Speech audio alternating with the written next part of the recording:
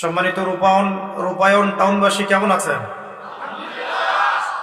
আল্লাহ পাকের দরবারে শুকরিয়া আদায় করছি যে আল্লাহ রাব্বুল আলামিন আজকে রূপায়ণ টাউনবাসীর উদ্যোগে প্রথমবারের মতো অত্র এলাকায় একটি ওয়াজ মাহফিলের আয়োজন করার তৌফিক দিয়েছেন। সকলেই বলি আলহামদুলিল্লাহ। আমরা দোয়া করি এই আয়োজনকে সফল করতে যারা অর্থ, সময়, শ্রম বা প্রশাসনিক সহযোগিতা দিয়ে আমাদেরকে ধন্য করেছেন, আল্লাহ রাব্বুল আলামিন তাদের দুনিয়াতেও যেন খায়ের করেন, আখিরাতেও যেন আল্লাহ পাক তাদেরকে মাফ করে দেন। আমিন।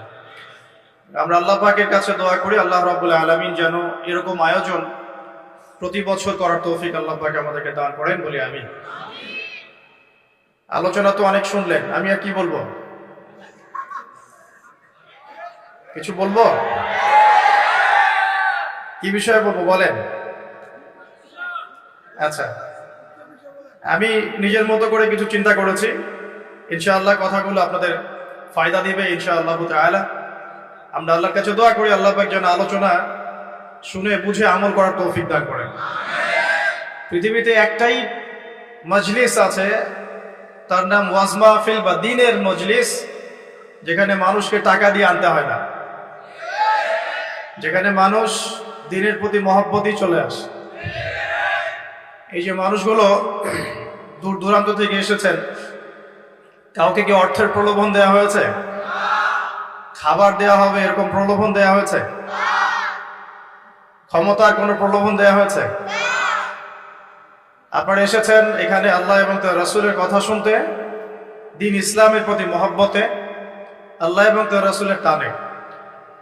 আমরা দোয়া করি আল্লাহ পাক আজকের এই মজলিসে উপস্থিত শ্রোতা এবং বক্তা সকলকে আল্লাহ রাব্বুল আলামিন তার রহমতের চাদরে ঢেকে নিন, বলি আমিন।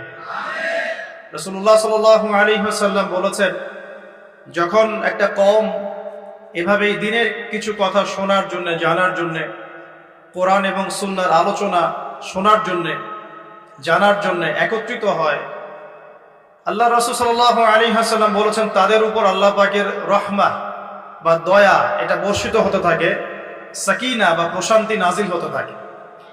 নবীজি আরো বলেছেন এই পুরো জায়গাটা তখন আল্লাহ পাকের রহমতের ফেরেশতারা ঘিরে নেন, বলি সুবহানাল্লাহ।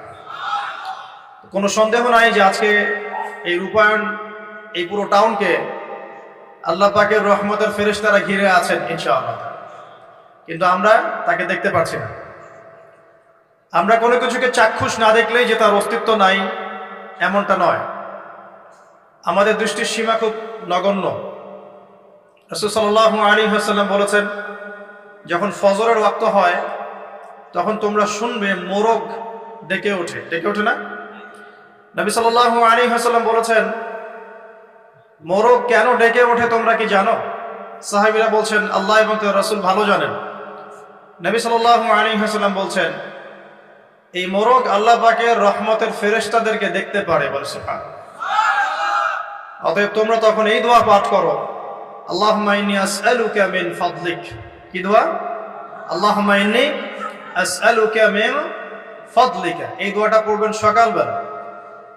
তো যে রহমতের ফেরেশতা একটা মোরগ দেখতে পাচ্ছে, আমি দেখতে পাচ্ছি না, তাহলে আমার দৃষ্টির সীমাবদ্ধতা জানান দিচ্ছে একটা মোরগ। আবার আমাদের সবার দেহে আছে আত্মা বা রূহ। নবীকে প্রশ্ন করা হয়েছিল, ইয়াসআলুনাকা আনির রূহ, তারা তোমাকে রূহ বা আত্মা সম্পর্কে জিজ্ঞেস করে। কুল রূহু মিন আমরি রাব্বি, বলে দাও রূহ বা আত্মা হচ্ছে তোমার রবের আদেশ মাত্র। ওয়া মা উতীতুম মিনাল ইলমি ইল্লা কালিলা, এই রূহ সম্পর্কে তোমাদেরকে বেশি জ্ঞান দেয়া হয় নাই। আমরা ঘুমাই, আমাদের দেহ থেকে আত্মা প্রস্থান করে সাময়িকভাবে, আমরা কিন্তু আত্মাকে দেখতে পারি না। যে মানুষ তার দেহের মধ্যে থাকা আত্মাকেই দেখতে পারে না, তার দৃষ্টিভঙ্গি কত সংকীর্ণ এটা কি বোঝার অপেক্ষা আছে? এই গেল আমাদের দৃষ্টি সীমাবদ্ধতা। তাই ফেরেশতারা এই জায়গায় ঘিরে রেখেছেন, এটা আমরা বিশ্বাস করবো ইনশাআল্লাহ তাআলা। আর আমাদের সবার সাথেই দুজন করে ফেরেশতা আছেন। কয়জন ভাই? আর একটা করে শয়তান আছে। কয়টা শয়তান? কিছু কিছু মানুষের সাথে অবশ্য একাধিক শয়তানও থাকতে পারে, তবে নর্মালি একটা মানুষের সাথে একটা করে শয়তানই থাকে। আর এখনকার বিশ্বে বেশিরভাগ শয়তান থাকে পশ্চিমা সভ্যতায়। কিভাবে বুঝলাম? এগুলো বোঝার জন্য দরকার বাসিরা। কি দরকার? বাসিরা মানে হলো অন্তর্দৃষ্টি। এগুলো বোঝার জন্য দরকার আল্লাহর নূর, আল্লাহর পক্ষ থেকে আলো, যেটা আল্লাহ পাক কলবে নাজিল করেন। আপনি প্রোটেস্ট্যান্ট ভার্সনে পড়াশোনা করে এবং এই বস্তুবাদী শিক্ষায় শিক্ষিত হয়েই যে আল্লাহ পাকের নূর অর্জন করতে পারবেন কোনো গ্যারান্টি নাই। আল্লাহ পাকের নূর অর্জন করতে হলে আগে আল্লাহ পাকের হুকুম আহকাম ঠিক মতো মেনে চলতে হয়, হালাল রিজিক খেতে হয়, হৃদয়টা মানে কলবটাকে পরিচ্ছন্ন করতে হয়, কলবের মধ্যে কোনো রকম হিংসা বিদ্বেষ রিয়া অহংকার থাকা যায় না। এর উপর বেশি বেশি কোরআন তেলাওয়াত করতে হয়, কবর জিয়ারত করতে হয়, মৌতকে স্মরণ করতে হয়, আল্লাহর জিকির বাড়িয়ে দেওয়া লাগে, ফরজ ওয়াজিবের পাবন্দ হতে হয়, সুন্নত মুস্তাহাব ধরে রাখতে হয় এবং আল্লাহর নূরওয়ালা মানুষদের সাথে চলতে হয়। তখন আল্লাহ পাকের পক্ষ থেকে কলবের মধ্যে নূর আসে। যখন আপনার কলবে আল্লাহর পক্ষ থেকে নূর আসবে, আপনিও বুঝতে পারবেন যে সত্যি আসলে জগৎটা কেমন আর কি হচ্ছে এই পৃথিবীতে। না হলে বস্তুবাদী চোখ দিয়ে আপনি যদি দেখেন তাহলে মনে হবে যে মাশাআল্লাহ আমরা উন্নতি অগ্রগতি স্বর্ণ শিখরে যাচ্ছি, কিন্তু আল্লাহর নূর দিয়ে দেখলে আপনি বুঝতে পারবেন যে রিয়েলিটি আর এই ভিজুয়াল ওয়ার্ল্ডের মধ্যে আকাশ পাতাল পার্থক্য আছে। আজকে খুব ভালো লাগছে যে আমি শিক্ষিত সমাজের কথা বলছি, এরকম সমাজই আমি প্রত্যাশা করি, কিন্তু দুর্ভাগ্যজনক ওয়াজ মাহফিলে সবসময় এমনটা হয় না। ওয়াজ মাহফিলে যেটা হয়, এমন একজন এসেছে যিনি আলেম, আবার এমন একজন এসেছেন যিনি আলিফ বা তাসাও পড়তে পারেন, একজন এসেছে নামাজও পড়ে না কখনো, আর একজন এসেছে মাশাআল্লাহ তাহাজ্জুদ গোজার। কেউ বিশ্ব রাজনীতি, অর্থনীতি, সমাজবিদ্যা সব পড়ে ফেলছে, আর কেউ অজু গোসলের মাসালাও জানে না। এরকম জায়গায় কথা বলাটাও খুব ডিফিকাল্ট। আমি কোত্থেকে শুরু করব, কোথায় শেষ করব, এটা ভাবতেই আমার 1 ঘন্টা সময় লাগে। এই কারণে বাথরুমে যে সময়টা দেই, এই সময়টাও কাজে লাগানোর চেষ্টা করি। বাথরুমের সময়টাতে বসে বসে অনেক কিছু ভাবা যায়, তাই না?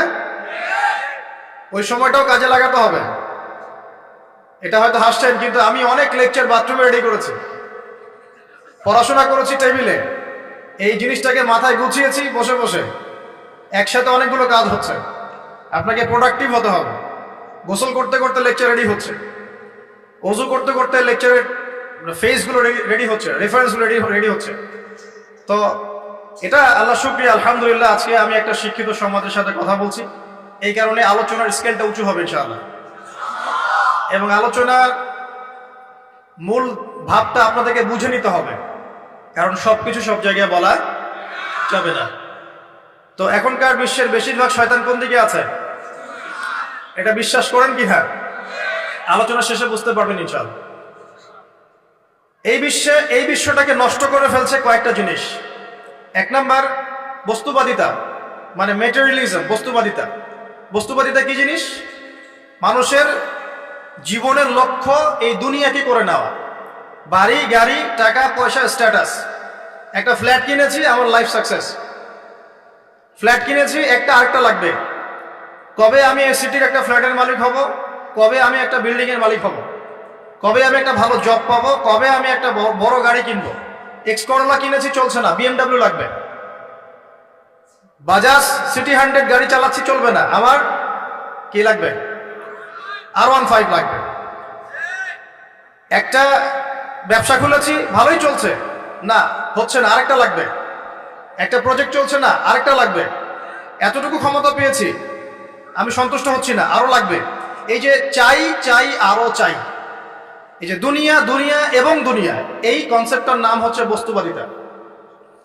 বর্তমান পুরো বিশ্বটা দাঁড়িয়ে আছে এখন এই বস্তুবাদিতার উপরে। এই ছোঁয়াটা আগে পশ্চিমা সভ্যতায় ছিল, আস্তে আস্তে এই ছোঁয়াটা পুরো বিশ্বে লেগে গেছে। এখানে কিন্তু কনস্ট্রাকশন করা বা দুনিয়াবী ক্ষেত্রে উন্নতি করাটা দোষের কিছু নয়, বরং মুসলিমদের হাতেই সমস্ত সভ্যতা গড়ে উঠেছে, এটাই সত্য। কিন্তু যখন এই বস্তুবাদিতা আমাদেরকে পরকাল ভুলিয়ে দিবে, সমস্যা তখনই। আমার কথা কি বুঝতে পারছেন কিনা? বিল্ডিং করতে কোনো সমস্যা নেই, ফ্ল্যাট কিনতেও কোনো সমস্যা নেই, ব্যবসা করতে কোনো সমস্যা নেই, BMW চালান আপনি, কোনো সমস্যা নেই। কিন্তু এগুলো যদি আপনাকে পরকাল ভুলিয়ে দেয়, দুনিয়ার পূজায় ব্যস্ত রাখে, তখন সমস্যা। দুর্ভাগ্যজনক হচ্ছে আমরা এখন এই পূজায় মোটামুটি লিপ্ত হয়ে গেছি, ইচ্ছায় হোক অনিচ্ছায় হোক। ঢাকা শহরে ফ্লাইওভারের উপর দাঁড়াবেন, আপনি দেখবেন মানুষ ছুটছে আর ছুটছে সকাল থেকে, একদম ফজর থেকে শুরু করে রাত 12টা 1টা। এখানে তো রাত হয় না, সব দিন। আর নবী সাল্লাল্লাহু আলাইহি ওয়াসাল্লাম শেষ জামানার হাদিসগুলোর মধ্যে বলেছিলেন যে যখন মানে ছেলে মেয়ের পোশাক পরবে, মেয়ে ছেলের পোশাক পরবে, যখন আনতালিদা লামাতু রাব্বাতুহা, মানে দাসী তার মনিবকে জন্ম দিবে। দাসী মনিবকে জন্ম দেওয়ার একটা ব্যাখ্যা উলামায়ে কেরাম এমনটাও করেছেন, সমাজে ন্যায় অন্যায়, হক বাতিল, সত্য মিথ্যার যে মানদণ্ড, এটা উল্টে যাবে। ন্যায় হবে অন্যায়, অন্যায় হবে ন্যায়। আমানতদার ব্যক্তিকে বলবে খেয়ানতকার, খেয়ানতকার ব্যক্তিকেই বলবে আমানতদার। সত্য হবে মিথ্যা, মিথ্যা হবে সত্য। হক হবে বাতিল, বাতিল হবে হক। সাদা হবে কালো, কালোই হবে সাদা। দিন হবে রাত, রাত হবে দিন। এখন ঢাকা শহরে রাত হয়ে গেছে দিন, আর দিন হয়ে গেছে বহু যুবক যুবতীর জন্য রাত। এখন বাজে 12টা, আমাদের শহর অ্যাক্টিভ মাশাআল্লাহ। আমাদের শহর ঘুমাবে 4টায়, 4টায় ঘুম উঠবে জোহরের নামাজের আগে। লাঞ্চ করে না এখনকার মানুষ, ব্রেকফাস্টটাই লাঞ্চ। তো আনতালিদা লামাতু রাব্বাতুহা এর গভীর ব্যাখ্যা আছে। আল্লাহ পাকের হালালকে এই বস্তুবাদী সভ্যতায় হারাম করা হচ্ছে এবং আল্লাহ পাকের হারামগুলোকে হালাল করে নেওয়া হচ্ছে।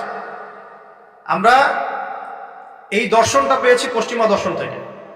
পশ্চিমা সভ্যতাই প্রথম সারা বিশ্বে এই বস্তুবাদিতা ছড়িয়ে দিয়েছে। এটা একটা ভয়ঙ্কর জিনিস, যেটা আপনাকে পরকাল থেকে ডিমোটিভেটেড করছে। আপনাকে মূল যে গোল, আমার জীবনের যে মূল লক্ষ্য, সেই লক্ষ্য থেকে এই বস্তুবাদী আকীদাটা আপনাকে সরিয়ে দিচ্ছে। কিভাবে আমি বুঝাচ্ছি। আল্লাহ পাক কয়েকটা অ্যাম্বিশন দিয়ে পাঠিয়েছেন দুনিয়াতে আমাদেরকে। তার মধ্যে প্রথমটা হচ্ছে সূরা জারিয়াত আয়াত নাম্বার 56। এটা প্রথম। কি এটা? আল্লাহ পাক বলছেন, ওয়ামা খালাকতুল জিন্না ওয়াল ইনসা ইল্লা লিয়াবুদুন, বা'দা আউযু বিল্লাহি মিনাশ শাইতানির রাজীম, ওয়ামা খালাকতুল জিন্না ওয়াল ইনসা ইল্লা লিয়াবুদুন। আল্লাহ পাক আপনাকে আমাকে প্রথম যে দায়িত্ব দিচ্ছেন সেটা হচ্ছে এই, আমি মুসলিম, আমি নারী হই, পুরুষ হই, যুবক হই, যুবতী হই, যেই হই না কেন, আল্লাহ পাক আমাকে বলছেন ওয়ামা খালাকতুল জিন্না ওয়াল ইনসা ইল্লা লিয়াবুদুন। দেখো, আমি জিন আর মানব জাতিকে শুধুমাত্র আমার ইবাদত করার জন্যই দুনিয়ায় পাঠিয়েছি, আর কোনো কারণ নাই। এই যে আল্লাহ পাক আমাদেরকে 60 বছর 70 বছর হায়াত দিয়েছেন, একটা কারণ, অনলি একটা, ইল্লা লিয়াবুদুন, যাতে আমরা আল্লাহর ইবাদত করতে পারি। আবার বোঝেন, আল্লাহ পাক আমাদেরকে দুনিয়াতে শুধু তার ইবাদত করতেই পাঠিয়েছে। আল্লাহ পাক এখানে একটা পরীক্ষায় ফেল করেছি, হতাশ হয়ে আত্মহত্যা করতে পারেন নাই। আল্লাহ পাক এখানে একটা মেয়ের পিছনে ঘুরে জীবন নষ্ট করতে পারেন নাই। আল্লাহ পাক এখানে আমাদেরকে ধর্ষণের সেঞ্চুরি করতে পারেন নাই। আল্লাহ পাক এখানে আমাদেরকে অন্যায়ভাবে অন্যের সম্পদ আত্মসাৎ করতে পাঠান নাই। মাদকের যে ভয়াল থাবা চলছে, এর মধ্যে নেশায় বুধ হয়ে যাওয়ার জন্য আল্লাহ পাক আমাদেরকে পাঠান নাই। কি জন্য পাঠিয়েছে? পলিটিক্যাল মারামারি করতে আল্লাহ পাঠান নাই আমাদেরকে দুনিয়ায়। সোশ্যাল ক্ষমতার দ্বন্দ্বে লিপ্ত হওয়ার জন্য পাঠান নাই। মিলস, ইন্ডাস্ট্রিজ এন্ড ফ্যাক্টরিজ এর নেশায় বুধ হয়ে পরকাল ভুলে যাওয়ার জন্য আল্লাহ এখানে পাঠান নাই। আল্লাহ পাক একটা রিজনে পাঠিয়েছেন, অনলি একটা। এবং এই দায়িত্বটা আল্লাহ পাক কিন্তু কড়াই গন্ডায় উসুল করে নেবেন আমাদের কাছে। ভাববেন না আল্লাহ পাক এই পুরো মহাবিশ্ব খেলার ছলে সৃষ্টি করেছেন, এমন নয়। আল্লাহ পাক বলছেন, আমি এই মহাবিশ্বকে খেলার ছলে সৃষ্টি করি নাই। ওয়ামা খালাকতুল জিন্না ওয়াল ইনসা, বলেন, ইল্লা লিয়াবুদুন, আমি শুধুমাত্র এবং শুধুমাত্র আমার ইবাদত করার জন্য মানুষ আর জিনদেরকে সৃষ্টি করেছে। জিনকে আমরা দেখি না, আমাদের সাথে জিনরা আছেন। জিনের মধ্যে ভালো খারাপ আছে, ঠিক যেমন মানুষের মধ্যে ভালো খারাপ আছে। আর প্রত্যেকটা মানুষের সাথে একটা করে শয়তান জিন থাকে, যে মানুষকে খারাপ কাজে প্রলুব্ধ করে, যে নিজে খারাপ কাজ জোর করে করায় না, সে শুধু প্রলুব্ধ করে। সে বলে মাদকের মধ্যে শান্তি, ওয়াসওয়াসা দেয়, কাজটা বাস্তবায়ন করেন আপনি। সে বলে যে এটা তো ছেলে মেয়ের ফ্রেন্ড, বয়ফ্রেন্ড গার্লফ্রেন্ড কালচার, বন্ধুত্ব, এটা এমন কিছু নয়, জেনা করেন আপনি। সে বোঝায় যে টাকা পয়সা আর্ন করতে হবে, বউ বাচ্চাকে সিকিউর করতে হবে, সুদটা খান আপনি। সে বুঝায় যে তুই তো একসময় চলে যাবি, সন্তানদের জন্য কি রেখে গেলি, তখন ঘুষটা খান আপনি। সে বুঝায় যে অন্যের সম্পদ যদি আত্মসাৎ করি, শেষ বয়সে কাবা ঘরে গিয়ে হজ করে নিব, ব্যাস, দ্যাটস অল, আমার পুরো আমল নামা চকচকা হয়ে যাবে। এভাবে শয়তান ওয়াসওয়াসা দেয়, কিন্তু কাজটা করি আমরা। কোন কোন সময় শয়তান দাড়ি টুপি পাগড়ি জুব্বাওয়ালা মানুষকেও নেক্সট স্রোতে ধোকা দেয়। কোন স্রোতে? এদেরকে বদ স্রোতে ধোকা দেয় না, নেক্সট স্রোতে ধোকা দেয়। সে একটা কাজকে কল্যাণ খায়ের মনে করেই এমন কিছু করে যেটা শয়তান তার সামনে ফুটিয়ে তোলে নেক হিসেবে, কিন্তু আসলে এর পিছনে একটা খারাপ উদ্দেশ্য ছিল। দাড়ি টুপিওয়ালা মানুষকে নেক সুরতে শয়তান ধোঁকা দিয়ে ফেলে। কোনো কোনো সময় ভিতরে অহংকার জন্ম দিয়ে দেয়, কোনো কোনো সময় ডিগ্রি সার্টিফিকেটের দামান্ড নিয়ে আসে, কোনো কোনো সময় নারী দিয়ে পথভ্রষ্ট করে ফেলে, আর কোনো কোনো সময় অর্থের প্রলোভন দিয়ে পথভ্রষ্ট করে ফেলে। তো শয়তান কিন্তু কাউকে ছাড়ে না। তা আমি মূল জায়গায় আসি। প্রথম যে জিনিসটা এই বিশ্বটাকে ধ্বংস করছে এটা হলো বস্তুবাদিতা, যেটা আমাদের এই সমাজের মধ্যে এখন রন্ধ্রে রন্ধ্রে ঢুকে গেছে। আমি বলছি বারবার, স্ট্যাটাস অর্জন করতে কোনো সমস্যা নেই, কিন্তু যদি এই স্ট্যাটাস আমাকে আমার পরকালীন গোল থেকে সরিয়ে দেয় তখনই সমস্যা। কারণ মৌত কাউকে ছাড়বে না, কবরও কাউকে ছাড়বে না, কিয়ামতের মাঠও কাউকে ছাড়বে না। আর আল্লাহ পাকের সামনে আমাদের সবাইকে ইন্ডিভিজুয়ালি হিসেব দিতে হবে, একজন একজন করে, একজন একজন করে। এমন নয় 10 জন আসবে, তারপর 10 জন, তারপর 10 জন। নো, আব্দুল্লাহ তুমি আসো, আব্দুর রহমান তুমি আসো, এই মুহাম্মদ তুমি আসো, এই দাউদ তুমি আসো, একজন একজন করে, একজন একজন করে। সো এই জিনিসটা যদি আমার মাথায় থাকে তাহলে আমি কিন্তু বস্তুবাদী হতে পারবো না। আমি বলছি দুনিয়া আমার প্রয়োজন। আল্লাহ পাক কি বলেছেন? এই দুনিয়া হচ্ছে সিজনুল লিল মুমিন।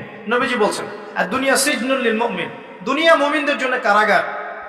কারাগার মানে যেখানে আমি স্বতন্ত্র স্বাধীন নই।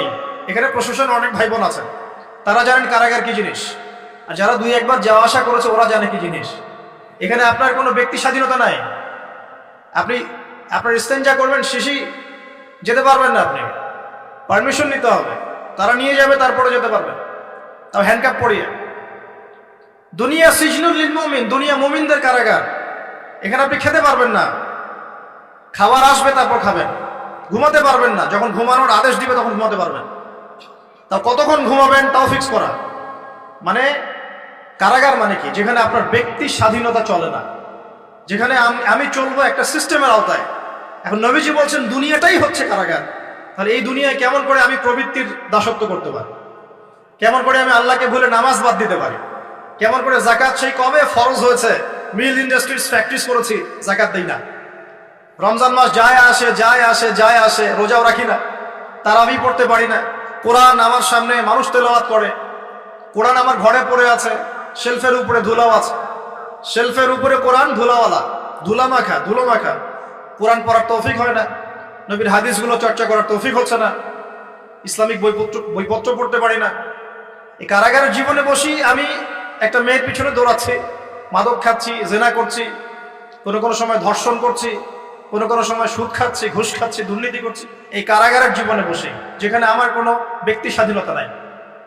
তাহলে কারাগারের জীবনের মেয়াদ যখন শেষ হবে, যখন তাকে এখান থেকে বের করে নিয়ে আসা হবে, অর্থাৎ মৃত্যু, তখন তার সাথে কিরকম রিমান্ডে আচরণ করা হবে এটা ভালো করে বুঝে নেন। নবীজি বলছেন দুনিয়া সিজনুল লিল মুমিন ওয়াল জান্নাতু লিল কাফির। কাফেরদের জন্য, মুশরিকদের জন্য এই দুনিয়াটা হচ্ছে জান্নাত। জান্নাত মানে কি? যা ইচ্ছা তাই করতে পারবেন। জান্নাত মানে কি? আপনি চাচ্ছেন আল্লাহ আমি এখন একটা খামর চাই, শরাব আপনার সামনে হাজির, চিন্তা করার সাথে সাথে। জান্নাত মানে কি? আল্লাহ আমি আপনাকে দেখতে চাই, আল্লাহকে আপনি দেখতে পারবেন। জান্নাত মানে কি? আপনি মধুর নহর, দুধের নহর, পানির নহর, শরাবের নহর, হুরে ঈন চতুর্দিকে ঘোরাফেরা করছে। একজন নিম্নমানের জান্নাতি, মানে সবচেয়ে শেষের দিকে যারা জান্নাতে যাবে, তাদের সাথেই 2 জন করে হুরে ঈন, আহাল পরিবার তো আছেই, গিলমান পানপাত্র নিয়ে চারপাশে ঘোরাফেরা করে। জান্নাত মানে কি? যেখানে যা ইচ্ছা তাই করা যাবে, বলার কেউ নাই, বাধা দেওয়ার কেউ নাই, সেখানে কোনো মৃত্যু নাই, সেখানে কোনো অহেতুক কথাবার্তাও নাই, কোনো গান গল্প নাই, কোনো মিথ্যা নাই, কষ্টের ক্লেশ মাত্র নাই, থুতু ফেলতে হবে না। জান্নাত মানে থুতু ফেলতে হবে না। জান্নাত মানে হাঁচি হবে না, নাক ঝাড়তে হবে না। জান্নাত মানে ইস্তেঞ্জা, পেশাব পায়খানা করার টেনশন নাই। মানুষ খাবার খাবে, একটা ঢেকুর তুলবে, ব্যাস খাবার হজম হয়ে গেছে।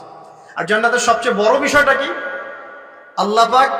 আল্লাহ পাককে আমরা এই চোখ দিয়ে দেখতে পারবো ইনশাআল্লাহ। আর তার সমকক্ষ একটা বিষয় হচ্ছে আল্লাহ পাক বলে দিবেন যে আমি তোমাদের সবার উপর সন্তুষ্ট হয়ে গেলাম, যাও কোনোদিন অসন্তুষ্ট হও, ব্যাস। এখন আপনি যত কিছুই করেন এই বস্তুবাদী জীবনে, মনে একটা ভয় থেকে যাবে। আপনি বিশ্ব নেতা হয়েছেন, বড় শিল্পপতি হয়েছেন, পলিটিশিয়ান হয়েছেন, ইকোনমিস্ট হয়েছেন, মনে একটা ভয় থেকে যাবে যে মরতে আমাকে হবে, আল্লাহ আমাকে ধরবেই, হিসেব আমাকে দেওয়া লাগবেই, কবরে আমাকে একাই যাওয়া লাগবে, আমাকে কিয়ামতের মাঠে দাঁড়াতে হবে আল্লাহর সামনে। মনে একটা ভয় কাজ করে, যদিও বাইরে মানুষ দেখায় যে কোনো ভয় নাই। মানুষ বাইরে অভিনয় করে, মানুষ সমাজের মানুষের সাথে বাইরে একটা অভিনয় করে।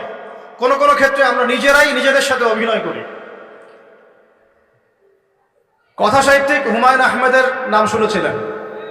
শুনেছেন? ইন্তেকাল করেছেন। একটা সময় ছিল আমরা স্কুলে পড়তাম, কলেজে পড়তাম, মাঝে মাঝে টুকটাক এ ধরনের কিতাব বইপত্র পড়া হয়েছে। হিমু, মিসির আলী এইসব পড়া হয়েছে। শরৎচন্দ্র, বঙ্কিমচন্দ্র, রবীন্দ্রনাথ, নজরুলের কবিতাগুলো, ইভেন শেক্সপিয়ার, অ্যাডাম স্মিথ সহ, যিনি অর্থনীতির জনক। যাই হোক, তিনি তার বইয়ের মধ্যে লিখেছিলেন যে এই পুরো দুনিয়াটা হচ্ছে অভিনয়ের মঞ্চ। কথা সাহিত্যিক, তিনি বলছেন তার মতো করে এই পুরো দুনিয়াটাই অভিনয়ের মঞ্চ, আর আমরা সবাই নিজ নিজ জায়গায় অন্যের সাথে অভিনয় করছি। কোনো কোনো ক্ষেত্রে আমরা নিজেরা নিজেদের সাথে অভিনয় করছি। তিনি বলছিলেন আমরা সবাই অভিনেতা, আর সবচেয়ে বড় অভিনেতা হচ্ছে পলিটিশিয়ানরা, কারণ তাদেরকে অনেক বড় মঞ্চ অভিনয় করতে হবে। এটা আমার কথা না, হুমায়ুন আহমেদের কথা, পড়ে দেখেন তো।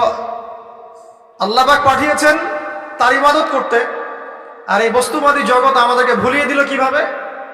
কয়েকটা প্রলোভন দিল। প্রথম প্রলোভন হচ্ছে টাকা, তারপরে জীবনে কি করব প্রতিষ্ঠিত হওয়ার চিন্তা, তারপরে চাই চাই আরো চাই এই একটা আকীদা দর্শন, তারপরে আমার স্ত্রী সন্তান আহার পরিবারের কি হবে, আর আরেকটা দর্শন আছে, এটাকে বলে চারবাক দর্শন। এবং দুঃখের সাথে বলতে হয় আমাদের রবীন্দ্রনাথ ঠাকুর কিন্তু এই দর্শনের মানুষ ছিলেন। চারবাক কিরকম? তার কবিতা পড়লে দেখবেন লিখে আছে, দুহাতে যা পাও হাত পেতে নাও, দুহাতে যা পাও হাত পেতে নাও, বাকির খাতা শূন্য থাক, বাকির খাতা শূন্য থাক। ঠিক চারবাক দর্শন। এটা ফিলোসফি পড়েছেন, এখানে অনেক টিচারও আছেন আমি জানি, তারা এই কথাগুলো বুঝবেন। চারবাক দর্শন কেমন? ঋণ করে ঘি খাও, ঋণ করে ঘি খাও, যতদিন বাঁচবে সুখে বাঁচবে, এটা হলো চারবাক দর্শন। তো দুহাতে যা পাও হাত পেতে নাও, বাকির খাতা শূন্য থাক, মিল আছে না? ঋণ করে হলেও ঘি খান, যেভাবে হোক ঘি খান আপনি, মানে ঋণ করে হলেও ঘি খান, যতদিন বাঁচবেন সুখে বাঁচবেন। তাহলে এই দর্শনগুলো বস্তুবাদী না? বুঝতে পারছেন কিনা? মেটেরিয়ালিজম, বস্তুবাদিতা, মানে আপনি চোখের সামনে যা দেখছেন এই দুনিয়া, যেভাবে হোক অর্জন করে নেন, বাকির খাতা শূন্য থাক। ইসলামিক কনসেপ্ট এর টোটাল ডিফারেন্ট কনসেপ্ট। ইসলামের ঈমান, আকীদা, ইসলাম, পরকাল, মুহাম্মদ সাল্লাল্লাহু আলাইহি ওয়াসাল্লামের আদর্শ সম্পূর্ণ ডিফারেন্ট।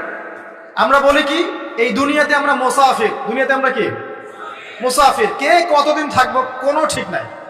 নবীজি বলছেন, হে আব্দুল্লাহ বিন ওমর, তুমি দুনিয়াতে মুসাফিরের মতো থাকো, সকালবেলা উঠলে সন্ধ্যার অপেক্ষা করো না, সন্ধ্যাবেলা হলে সকালের অপেক্ষা করো। দর্শনের মধ্যে কত পার্থক্য না, আকাশ পাতাল পার্থক্য না? এখন যদি এই বস্তুবাদী দর্শন নিয়ে আপনি চলাফেরা করেন, তাহলে তো আপনার লাইফের অ্যাম্বিশন হবে একটা ফ্ল্যাট, আর ওটা এনি হাও আপনাকে অ্যাচিভ করতে হবে, legal way or illegal way, আপনাকে অ্যাচিভ করতেই হবে, অ্যাচিভ করতেই হবে, যেহেতু আপনার মোটিভটা হচ্ছে মেটেরিয়ালিজম, বস্তুবাদিতা। আর নবী সাল্লাল্লাহু আলাইহি ওয়াসাল্লাম কি বলছেন? সকালে ঘুম থেকে উঠলে সন্ধ্যার অপেক্ষা করো না, সন্ধ্যাবেলায় থাকলে সকালের অপেক্ষা করো না। তুমি দুনিয়াতে মুসাফিরের মতো থাকো, তোমার যতটুকুতে দুনিয়া চলে যায় এতটুকুতে সন্তুষ্ট থাকো। নবীজি আরো বলছেন, তুমি কখনো উপরের দিকে চোখ দিয়ে হেঁটো না, রাস্তায় যখন হাঁটবে উপরের দিকে দেখো না। লা তানজুরু ইলা মান হুয়া আসফালা মিনকুম, যারা তোমাদের উপরে আছে ওদের দিকে দেখো না, বরং তুমি দেখো যে তোমার নিচে কারা আছে। আবার বলছি, নবীজি বলছেন, তোমরা হাঁটবে যখন রাস্তায় চলাফেরা করবে, তোমাদের উপরের দিকে দেখবে না যে তোমাদের উপরে কারা আছে, অলওয়েজ দেখবা তোমাদের নিচে কারা আছে, তোমাদের চেয়ে খারাপ কারা আছে। এক ভাইকে আপনি দেখবেন আপনি সুস্থ, তার হাত নাই। আরেক ভাইকে দেখবেন আপনি সুস্থ, তার চোখ নাই। এক ভাইয়ের পা প্যারালাইজড হয়ে গেছে, এক ভাইয়ের বডি প্যারালাইজড, একজন হার্টের রোগী, একজন ডায়াবেটিসের রোগী, আপনি সুস্থ আছেন। অথচ ওই ওই ব্যক্তির অনেক টাকা পয়সা আছে, আপনার নাই। এখানে কে ধনী বলেন দেখি? আপনি না সে? আপনার সুস্থতা আছে। আরেক ভাইয়ের অনেক বড় বড় ফ্ল্যাটস, কিন্তু আপনার এতটুকু নাই, ছোট্ট একটা বাসা। আপনার কষ্ট লাগে, আমারও যদি এমন হতো। ওই বাসায় গিয়ে দেখলেন যে ইন্টারনালি সে ব্যক্তি সুখে নাই, তার পরিবারে অশান্তি, হৃদ্যতা ভালোবাসার বন্ধন নাই, আপনার পরিবারে আছে। একটা রিক্সাওয়ালা সারাদিন রিক্সা চালিয়ে 500-1000 টাকা আর্ন করে বাসায় চলে গেল, গিয়ে বাসা আলু ভর্তা, ডিম ভাজা, ডাল দিয়ে ভাত খাচ্ছে, সুখে আছে, দিব্যি বউয়ের সাথে গল্প করছে, চাঁদ দেখছে। আর সেই তো কবে আপনি ওয়াইফ কিনে চাঁদ দেখেছেন ঠিক নাই। আপনি টাকা অর্জন করার নেশায় বছরের পর বছর স্ত্রী থেকে দূরে আছে, দেখারই সৌভাগ্য হয়। আসলে সুখ কাকে বলে? সুখটা কি জিনিস? ঢাকাবাসীকে সুখ বোঝানো দরকার। সুখটা কি জিনিস? সুখটা হচ্ছে ইন্টারনাল পিস।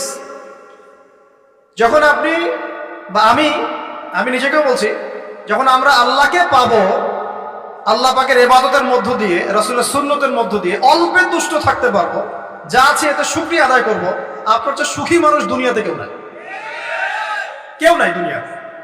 কিন্তু বস্তুবাদিতা আপনাকে এই আকীদা আদর্শ থেকে সম্পূর্ণ ডিমোটিভেট করে দিবে।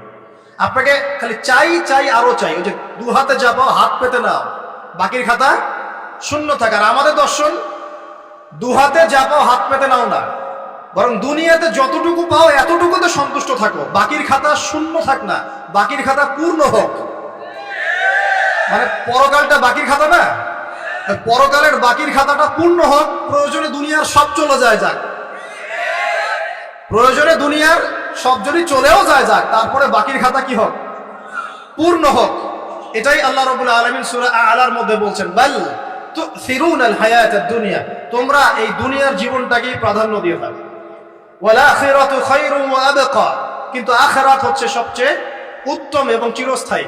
তো প্রিয় ভাই এবং বোনেরা যারা আলোচনা শুনছেন, আজকে আমাদের প্রথম সবক হওয়া উচিত দুনিয়ার নেশায় আমরা না পড়ি। আল্লাহ পাক আমাদেরকে তৌফিক দান। এর মানে এই না আমরা দুনিয়ার প্রোগ্রেসে যাব না, অবশ্যই যাব, আমরা অবশ্যই যাব। পুরো নেশন, জাতিগতভাবেই আমাদেরকে এই ওয়ার্ল্ডের সমকক্ষ তো হতে হবে, হবে কি না? আমরা কি ওয়ার্ল্ডের সমকক্ষ হতে পেরেছি?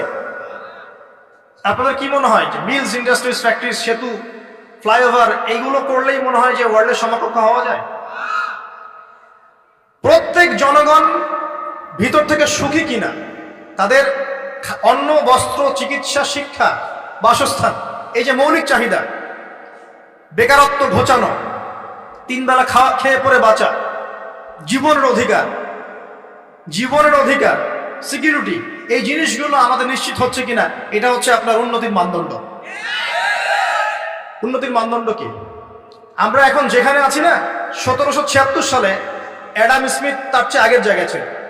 1776 সালে অ্যাডাম স্মিথ একটা বই লিখেছেন, তার নাম হচ্ছে যে দি ওয়েলথ অফ নেশন, এই কিভাবে একটা রাষ্ট্রের ওয়েলথ ফাংশন করে। ওই 1776 সালে তিনি যে চিন্তাগুলো করেছেন, এখন পর্যন্ত আমরা সেই চিন্তা বাস্তবায়ন করতে পারি নাই। 1776 সালের চিন্তা, কিন্তু ওই চিন্তা বাস্তবায়ন করেছে পশ্চিমারা। পশ্চিমা সভ্যতা যেটা আপনি দেখছেন দাঁড়িয়ে আছে, এই একটা বইয়ের উপর দাঁড়িয়ে আছে। যেমন একটা এক্সাম্পল দিই, আলোচনা কঠিন হয়ে যাবে, অন্যদিকে যাব। আমরা মনে করি যে অর্থনীতি আমরা নিয়ন্ত্রণ করব, ঠিক আছে, অর্থনীতির পুরো বিষয়গুলো আমরা নিয়ন্ত্রণ করে আমরা সমৃদ্ধি নিয়ে আসবো। আসলে বিষয়টা কি জানেন? অর্থনীতির নিজের একটা ফ্লো আছে, ও নিজেই নিজেকে নিয়ন্ত্রণ করে, এবং তার উপর একটা ইনভিজিবল হ্যান্ড থাকে, অদৃশ্য হাত, যেটা আমরা বলি আল্লাহ রাব্বুল আলামিন। আল্লাহ রাব্বুল আলামিন এই পুরো অর্থনীতিকে নিয়ন্ত্রণ করে। আমরা যখন সেটাকে ইন্টারফেয়ার করতে যাব, তখন ইকোনমি কলাপস করে যাবে। এই যে করছে কলাপস। আরো ব্যাপার আছে, শুধু ব্যবসা, অর্থনীতি, এক্সপোর্ট ইম্পোর্ট, এগুলোকে তিনি জাতির মানদণ্ড বলতেন না। তিনি বলতেন যতক্ষণ পর্যন্ত জাতির প্রত্যেক ব্যক্তির মধ্যে এথিক্স না আসবে, নীতি যতক্ষণ পর্যন্ত না আসবে, আপনি করাপশন থামাতে পারবেন। তাই হয়েছে না? শুধু ব্যবসা না, আদর্শ কতটুকু আছে। এই যে আপনি দেখছেন বিভিন্ন জায়গায় ভেজাল খাবার খাওয়াচ্ছে, ওদের কি টাকার অভাব আছে? ওদের টাকার কিন্তু অভাব নাই। নেম ফ্রেমের কোনো ঘাটতি আছে? এস্টাবলিশড বিজনেস, তাহলে কেন আপনাকে ভেজাল খাওয়াবে? কারণ তার মধ্যে এথিক্স নাই, নীতি নাই। এই জন্য জাতির প্রত্যেক সদস্যকে, মানে প্রত্যেক জনগণের প্রত্যেককেই আগে নীতিগত শিক্ষা দেওয়া উচিত। আর এই কাজটাই করে ইসলাম। সুবহানাল্লাহ। এই এথিক্স এবং নীতি শেখায় কে? ইসলামের চেয়ে সার্বজনীনভাবে এবং যুগোপযোগীভাবে কেউই এথিক্স শেখাতে পারবে না। কাগজে কলমে অনেকে অনেক কথা বলতে পারে, প্র্যাকটিক্যালি শেখাবে কে? ইসলাম। এখন বলতে পারেন তাহলে মুসলিমদের মধ্যে দুর্নীতি কেন, মুসলিমদের মধ্যে কেন এই সমস্যাগুলো হয়? উত্তর একটাই, ওই যে স্যার বলে গেলেন আমি বিভিন্ন ওয়াজে যে এক এক জায়গায় এক এক কথা বলে। উত্তরটা কি? উত্তরটা হচ্ছে যে কোরআন এবং সুন্নাহর সঠিক যে শিক্ষাটা আছে, এই শিক্ষাটা আমরা অনেকেই বাস্তবায়ন করতে পারছি না। এটা আমাদের ব্যর্থতা। এটা কাদের ব্যর্থতা? এটা আমাদের ব্যর্থ। এখানে আমাদের ব্যক্তি স্বার্থ থাকতে পারে, এখানে আমার জ্ঞানের স্বল্পতা থাকতে পারে, আমার ভিতরে অহংকার থাকতে পারে, বা আমি অল্প শিক্ষিত হতে পারি, এবং এমন হতে পারে আমার জ্ঞানটা যুগোপযোগী না। ইসলামিক জ্ঞান আমার মধ্যে আছে, কিন্তু কিভাবে এই জ্ঞান দিয়ে ওয়ার্ল্ডকে ডিল করবো এই জ্ঞানটা আমার মধ্যে নেই। এই কারণে আমরা হয়তোবা ইসলাম কোরআন সুন্নাহ হাতে থাকার পরেও এই সমস্যাগুলো ফেস করছি। প্রথম সমস্যা হচ্ছে বস্তুবাদিতা। আল্লাহ পাক আমাদের সবাইকে যারা আলোচনা শুনছে দুনিয়ার প্রেমিক হওয়া থেকে বাঁচাক বলি আমি। দুনিয়ার প্রেমিক না, প্রেমিক হবো কার? আল্লাহর আখিরাতে। কতটুকু দাম আছে দুনিয়ার? আল্লাহ পাক বলছেন একটা মাছির পাখার সমানও না। একটা মাছির পাখার কি দাম আছে আপনার কাছে? আল্লাহ পাক বলছেন পুরো দুনিয়ার দাম আমার কাছে যদি একটা মাছির পাখার সমান হতো, তাহলে এই দুনিয়াতে কোনো কাফের মুশরিক পানি পান করতে পারতো না। তার মানে এই দুনিয়াতে যা করো করো, আমার তো কোনো দামই নাই দুনিয়া। কালকেই তো আমি দুনিয়া ধ্বংস করবো। আর ওই যে দুই জাতির কথা বললাম, জিন এবং মানব জাতি, আপনারা সূরা আর রহমান পড়বেন। রহমান নামটা অনেক ব্যাপক, দয়াময়ের নাম, তার মানে আল্লাহ পাক মার্সিফুল, মোস্ট মার্সিফুল। কিন্তু এই সূরা আর রহমানেই একটা ভয়ঙ্কর আয়াত আছে, কি? সানাফরুগু লাকুম আইয়ুহাস সাকলান। হে মানুষ এবং জিন, হে মানুষ এবং জিন, শীঘ্রই আমি তোমাদের দুইটা জাতিকে ডিল করার জন্য ফারেক হচ্ছি, অপেক্ষা করতে থাকো। মানে আল্লাহ পাক কুল্লু ইয়াউমিন হুয়া ফি শাআন, মানে আল্লাহ পাক কি করেন? সব সময় তার কাজে ব্যস্ত আছে। মহাবিশ্বের তো গ্রহ নক্ষত্র গ্যালাক্সির অভাব নাই, মাখলুকের কোনো অভাব নাই। আল্লাহ পাক প্রত্যেকটা মুহূর্তেই তার কাজে ব্যস্ত আছেন, তার কাজে শানে ব্যস্ত আছেন। কিন্তু এই ব্যস্ততা থেকে ফারেক হবেন কাদের জন্য? মানুষ আর জিনের জন্য। সুবহানাল্লাহ, মানুষ আর জিনের জন্য। আল্লাহ পাক বলেন সানাফরুগু লাকুম আইয়ুহাস সাকলান। দাঁড়াও, দুনিয়ার মধ্যে এইসব করে বেড়াচ্ছ, তোমাদের দুই জাতির জন্য আমি অচিরেই ফারেক হব ইনশাআল্লাহ। ওইটাই হলো কিয়ামতের দিন।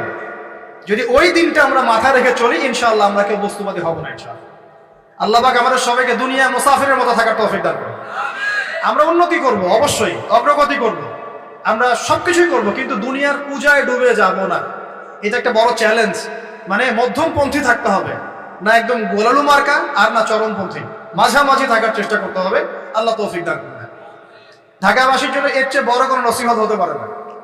আর ঢাকার মতো যত মানে সিটিজ, মেগা সিটিজ আছে সারা ওয়ার্ল্ডে, তাদের জন্য এটাই প্রথম নসিহত, বস্তুবাদিতা ত্যাগ করতে হবে। বস্তুবাদিতা। আল্লাহ পাক আমাদের সবাইকে বাকির খাতা পূর্ণ করার তৌফিক দান করুন। এখন একটা লক্ষ্য পেলাম, কি জন্য দুনিয়া এসেছি? আল্লাহর ইবাদত করার জন্য। এখন অনেকে ভুল বুঝে প্রশ্ন করতে পারে, তাদের জ্ঞানের স্বল্পতা। আমি ওদেরকে দোষারোপ করবো না, কারণ আমাদের শিক্ষার সমস্যা আছে। আমরা তো সবার মাঝে ইসলামিক সার্বজনীন শিক্ষা দিতে পারছি না। এই কারণে অনেকে প্রশ্ন করতে পারে, তাহলে কি সারা জীবন আল্লাহ বিল্লাহি করতে হবে? আমি কি সারা জীবন তাসবিহ তাহলিল জিকির আজকার নামাজি পড়ে বেড়াবো? তাহলে এটা হলো তার ভুল বুঝ। এই আয়াত সম্পর্কে ভুল ব্যাখ্যা। সঠিক ব্যাখ্যাটা কি? সঠিক ব্যাখ্যা হচ্ছে সূরা হাশরের 7 নম্বর আয়াত। কত নম্বর? সূরা হাশর 7 নম্বর আয়াত। আল্লাহ পাক বলেন ওয়ামা আতাকুমুর রাসূলু ফাখুযুহু। রাসূলুল্লাহ সাল্লাল্লাহু আলাইহি ওয়াসাল্লাম তোমাদেরকে যা যা দিয়েছেন সব নিয়ে নাও। ওয়ামা নাহাকুম আনহু ফান্তাহু। রাসূল যা থেকে বিরত থাকতে বলেছেন সমস্ত বিষয় থেকে দূরে থাকো। এখন এই আয়াতটাকে সামনে রেখে কোরআন সুন্নাহকে যদি আমরা ঘাঁটি, আমরা দেখব রাসূলুল্লাহ সাল্লাল্লাহু আলাইহি ওয়াসাল্লাম পেশাব পায়খানা ইস্তেনজা করা থেকে শুরু করে রাষ্ট্র চালানো পর্যন্ত প্রতিটা কাজের হেদায়েত দিয়ে গেছেন। আলহামদুলিল্লাহ। এটা কেউ মানি বা না মানি, দিয়ে গেছেন, এটা বিশ্বাস করতে হবে। আমল করতে পারি বা না পারি, নবী দিয়ে গেছেন, বিশ্বাস করতে হবে। দলিল চাচ্ছেন, আপনি সহিহ বুখারী খোলেন, মুসলিম খোলেন, তিরমিজি, নাসাই, আবু দাউদ এগুলো খোলেন, দেখবেন আপনি ইস্তেনজা করবেন কিভাবে, বসবেন কিভাবে, ঢোকার সময় কোন পা দিয়ে ঢুকবেন, বের হওয়ার সময় কোন পা দিয়ে বের হবেন, ইস্তেনজা করার সময় কথা বলতে পারবেন কিনা, কতটুকু বলতে পারবেন, গোসল কেমন করে করবেন, ওযু কিভাবে করবেন, আপনি আগে কি পা থেকে শুরু করবেন নাকি হাত থেকে শুরু করবেন? কিভাবে নামাজ পড়বেন? আগে গিয়ে গিয়ে সেজদা করবেন, নাকি একামত হবে, আজান হবে, আল্লাহু আকবার তাকবীর দিবেন? কিভাবে নামাজ শেষে বের হয়ে আপনি ব্যবসায় চলে যাবেন?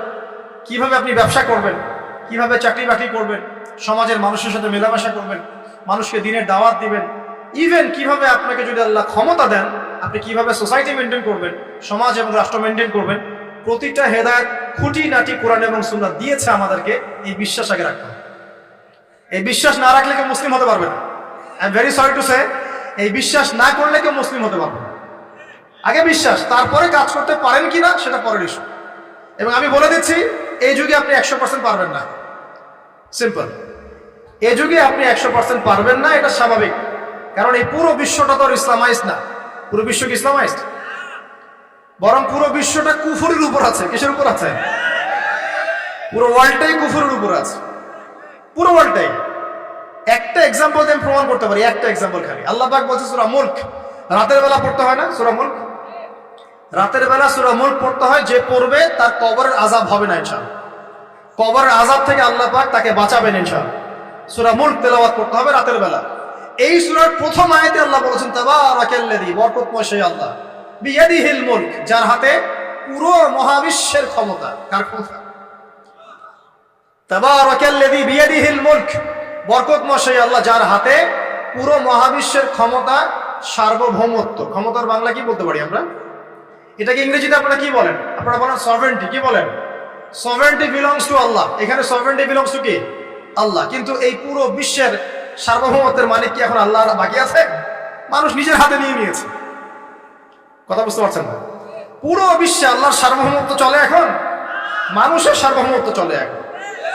তো পুরো ওয়ার্ল্ডটাই কুফরের উপর আছে না? বিশ্বটাই কুফরের উপর। এখন বাদ দেন, এই ওয়ার্ল্ডে আপনি 100% ইসলাম ডিল করতে পারবেন না, সিম্পল। কিন্তু আগে বিশ্বাস করেন যে একদম টয়লেট থেকে শুরু করে আসমান পর্যন্ত সবকিছুই হেদায়েত কোথায় আছে? কোরআন সুন্নাহ আছে কি নাই? এখন মানতে পারি না, সেটা আলাদা ইস্যু। কেউ বিশ্বাস করেছে, মানতে পারে না, আল্লাহ তাকে মাফ করে দেবে ইনশাআল্লাহ। বিশ্বাস করেছি, মানতে পারিনি, আল্লাহ মানে বিশ্বাস করেছি, আমল করতে পারি নাই, হে আল্লাহ আমল করতে গিয়েছি, প্রতিবন্ধকতা পেয়েছি, সমাজ এমন ছিল না, বিশ্ব এমন ছিল না, আমি পারি নাই, আল্লাহ মাফ করে দাও। ইনশাআল্লাহ আল্লাহ মাফ করে দিবে ইনশাআল্লাহ। কারণ আল্লাহ পাক বলেছেন, কারো আমল নামায় যদি শিরকের পাপ না থাকে, যে কোনো গুনাহ আল্লাহ যাকে ইচ্ছা মাফ করে দিবে। আমল নামায় এখানে শিরকের পাপ রাখা যাবে না, যে কোনো গুনাহ আল্লাহ যাকে ইচ্ছা মাফ করতে পারে। বুঝাচ্ছি, মনে করেন একজন জেনা করেছে, আল্লাহ মাফ করুন। ওই জেনাকার ব্যক্তি যদি বিনা তওবাতেও মারা যায়, তওবা করে নাই, বিনা তওবাতেও মারা যায়, কাল কিয়ামতের মাঠে আল্লাহ পাক তাকেও মাফ করতে পারেন। আল্লাহু আকবার। কিন্তু একজন ব্যক্তি শিরক করেছে, তওবা না করে মারা গেছে, আল্লাহ তাকে মাফ করবেন। এখন শিরকের পাপ ছাড়া যে কোনো পাপ আল্লাহ মাফ করবেন ইনশাআল্লাহ। সো আগে আকীদা পোষণ করি যে হ্যাঁ, কোরআন সুন্নাহ সবকিছুর সমাধান আছে আলহামদুলিল্লাহ। এখন আমি আমল করতে গিয়ে হয়তো পারছি না, এখন আমার বিশ্বাস চলমান বিশ্বের সাথে সাংঘর্ষিক হচ্ছে, এবং এই বিশ্বাসকে দমিয়ে দেওয়ার জন্য কি করা হচ্ছে? এই বস্তুবাদিতার মতো আদর্শগুলো আপনার সামনে তোলা হচ্ছে। এখানে উত্তরটা কি? এখানে উত্তরটা হচ্ছে, দেখুন, ইবাদত মানে শুধুমাত্র নামাজ, রোজা, হজ, যাকাত নয়। ইবাদত মানে শুধুমাত্র নামাজ, রোজা, হজ, যাকাত নয়, বরং আমার জীবনের প্রতিটা সেক্টরই ইবাদত বলে কাউন্ট হবে যদি আমি সেই কাজটাকে নবীর সুন্নাত অনুযায়ী করতে পারি। আমার কথা কি বুঝতে পারছেন? এই হলো ব্যাখ্যা, ওয়া মা খালাকতুল জিন্না ওয়াল ইনসা ইল্লা লিয়াবুদুন। আমি জিন আর মানুষকে শুধু আমার ইবাদত করার জন্যই সৃষ্টি করেছি। আপনার ইস্তেনজা করাটা ইবাদত। সুবহানাল্লাহ। আমার ইস্তেনজা করা কার প্রয়োজন? আমার না ইসলামের, না আল্লাহ পাকের? নাউজুবিল্লাহ। ইস্তেনজা কার জন্য করি? আমার প্রয়োজন। আমাকে এখন ইস্তেনজা করতে হবে, কষ্ট দিচ্ছে আমাকে। খাবার খাবেন, কার জন্য খাচ্ছেন? আমার জন্য নয় কি? আমার জন্য। আপনি ব্যবসা করছেন, কার জন্য? আমার জন্য, আমার স্ত্রী সন্তান, আমার পরিবারের জন্য। আপনি সমাজ চালাচ্ছেন, কার জন্য? আপনার জনগণের জন্য। এখানে স্বার্থ কার? মানুষের না আল্লাহ? আমার স্বার্থ, আমার স্বার্থে আমি এই সব কাজগুলো করব, নবীর সুন্নাহ অনুযায়ী করব, তাহলে দুনিয়াবি কাজগুলোতেও আল্লাহ পাক নেকি দিয়ে দিবেন ইনশাআল্লাহ। কেমন দুনিয়াবি কাজ? স্ত্রী সহবাস করা, স্ত্রীর সাথে ভালোবাসা, প্রণয় বিনিময়। আপনি স্ত্রীর দিকে তাকিয়েছেন, নেকি হয়েছে। স্ত্রীর হাতটা ধরেছেন, নেকি হয়েছে। স্ত্রীকে আদর করেছেন, নেকি হয়েছে। তার মুখের মধ্যে ভাত তুলে দিয়েছেন, নেকি হয়েছে। আপনার ছেলেকে আদর করে কোলে নিয়েছেন, নেকি হয়েছে। মা ছেলেকে দুধ পান করাচ্ছে, নেকি হচ্ছে। আপনি ভাইকে 5টা টাকা দিয়ে সহযোগিতা করলেন, নেকি হচ্ছে। একজন এসে বসতে পারছে না, জায়গা ছেড়ে দিলেন, নেকি হচ্ছে। ইভেন রাস্তায় হাঁটছেন, এক মুসলিম ভাইয়ের সাথে সাক্ষাৎ হলো, সালাম দিলেন, মুচকি হাসি দিলেন, নেকি হয়ে গেল।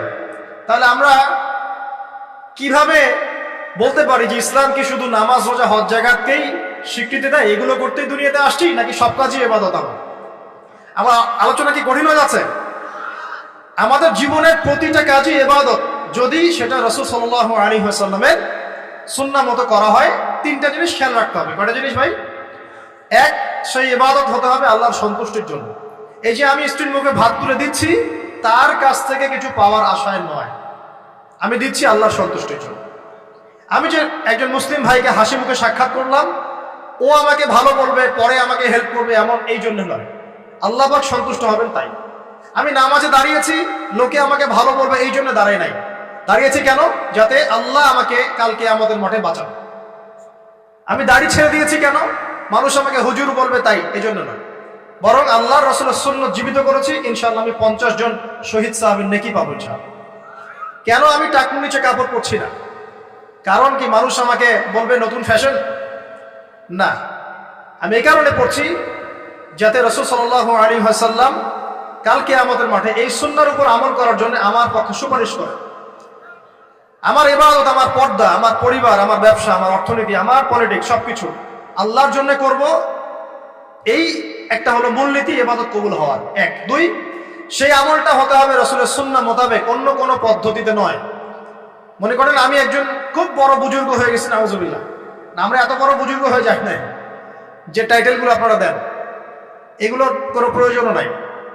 এখন একজন বড় বুজুর্গ এসে যদি আপনাকে কোনো ইবাদতের পদ্ধতি শিখিয়ে দেয় যে এই পদ্ধতিতে ইবাদত করো, অনেক ভালো হবে, কিন্তু ওই পদ্ধতির সাথে রাসূলের এবং সাহাবীদের পদ্ধতির কোনো মিল নাই। মুখরোচক মনে হলো, দেখতে সুন্দর মনে হলো, এবং অনেক মানুষ তা করছে, এরকম দলিল থাকলেও সেই কাজটা করা যাবে।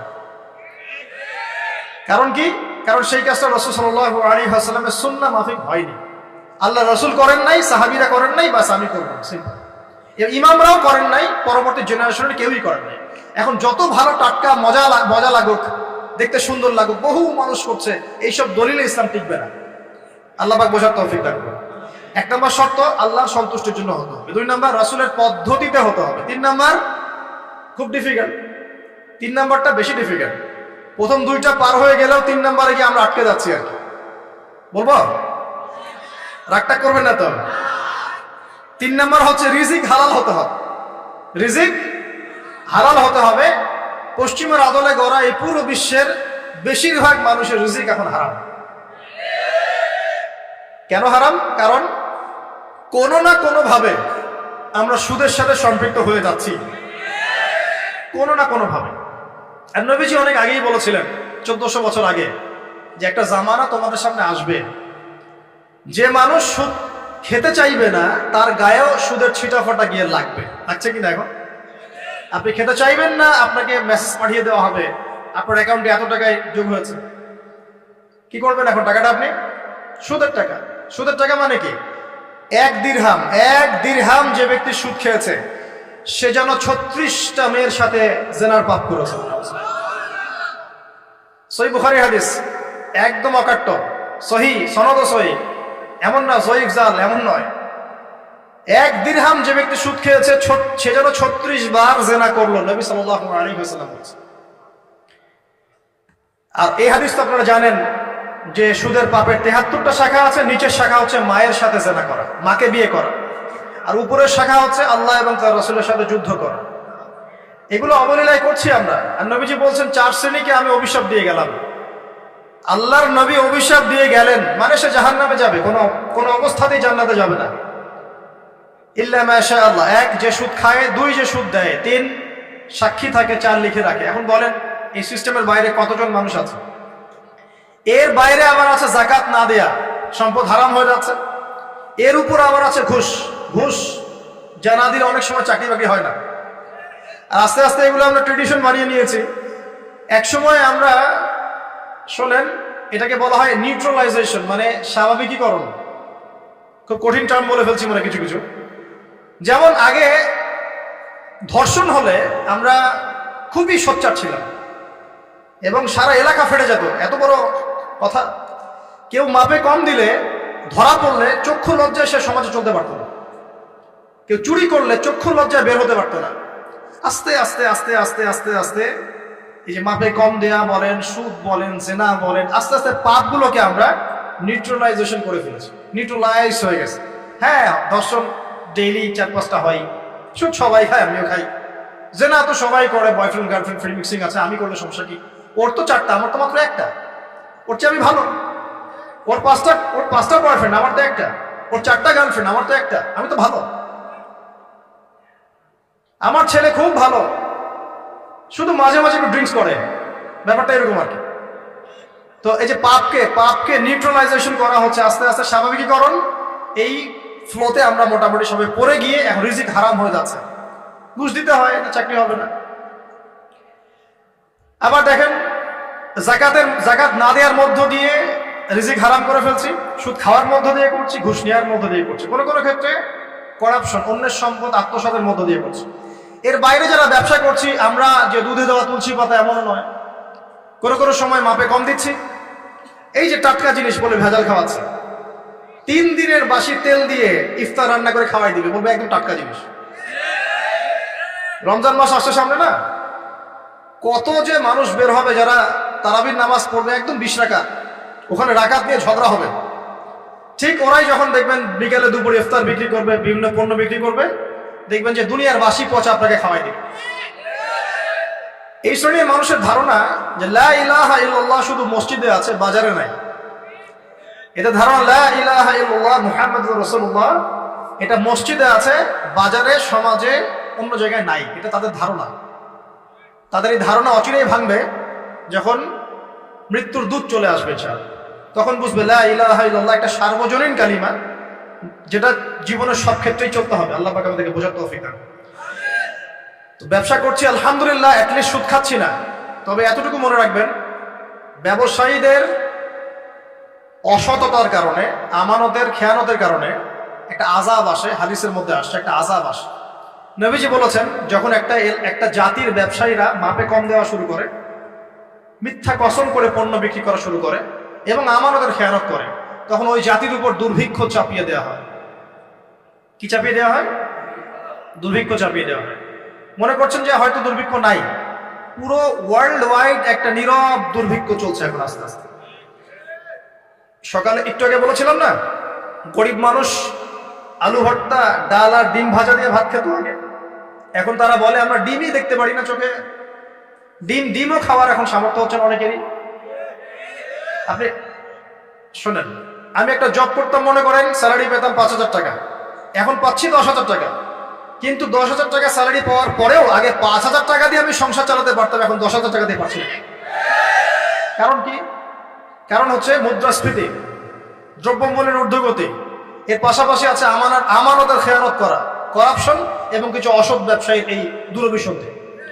এসবের কারণে সাফার করছি কারা? আপনি তো সাফার করবেন না, কারণ আপনার তো ফ্ল্যাট আছে বড়। আপনি তো সাফার করবেন না, বিকজ আপনার আমার তো 3 বেলা খাওয়ার টাকা পয়সা আছে। এই যে আমি এসেছি, আমাকে ভালো অঙ্কের হাতিয়ে দিচ্ছি, আমি তো সাফার করবো না। সাফার কে করবে?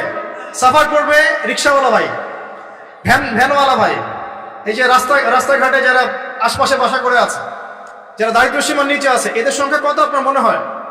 মিনিমাম 3 থেকে 4 কোটি মানুষ আমাদের দেশের মধ্যে। মনে হচ্ছে পপুলেশনটা কম?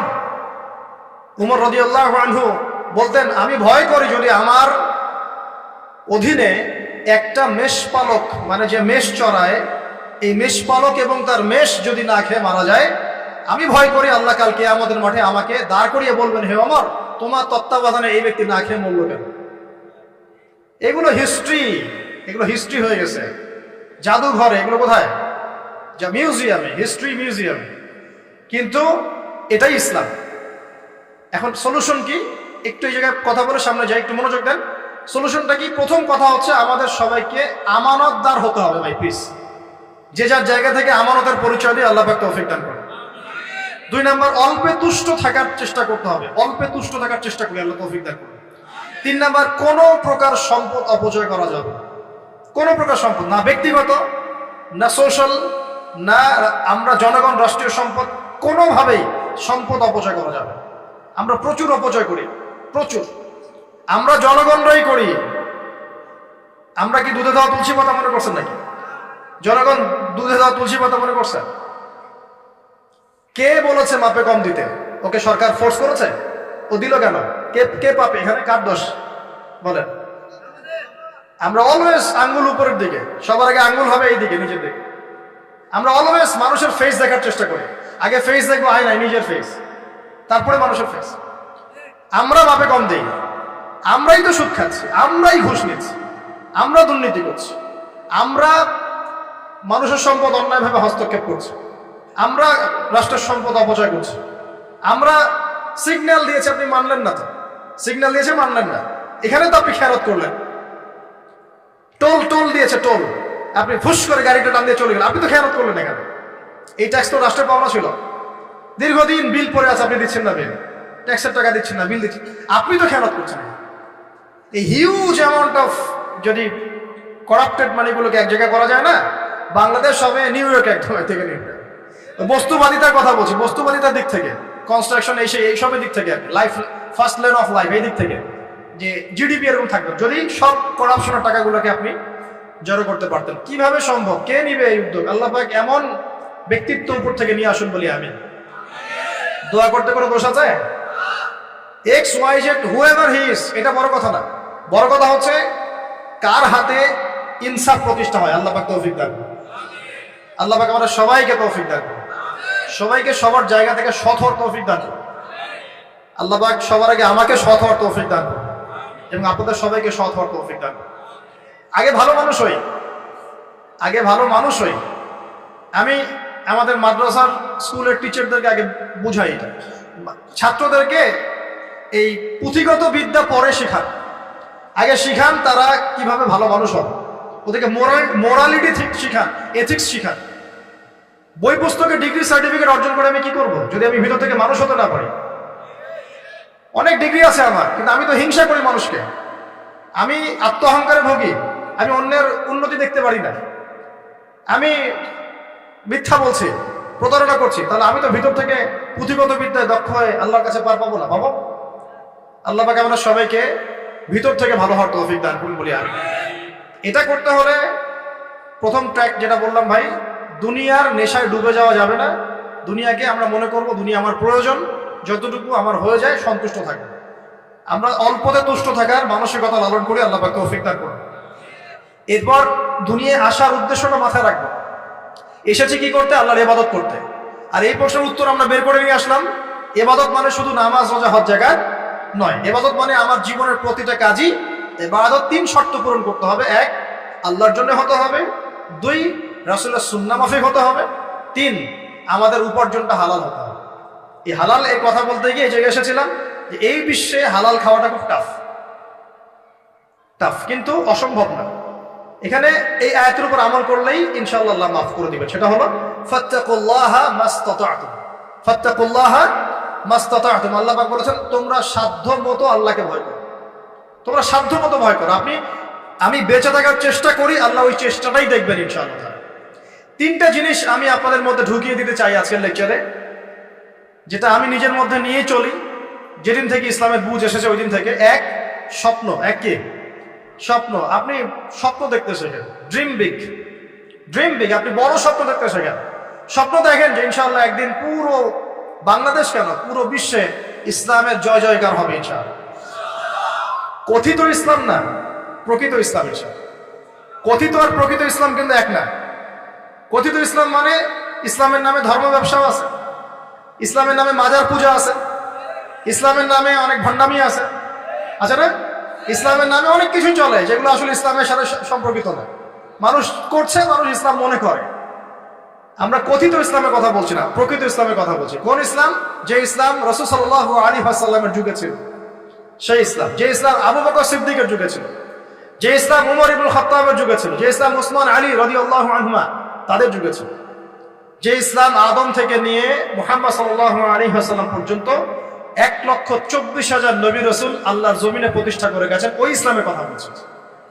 বড় স্বপ্ন দেখেন ইনশাআল্লাহ। এই স্বপ্নে আমিও একটা ভূমিকা রাখবো ইনশাআল্লাহ।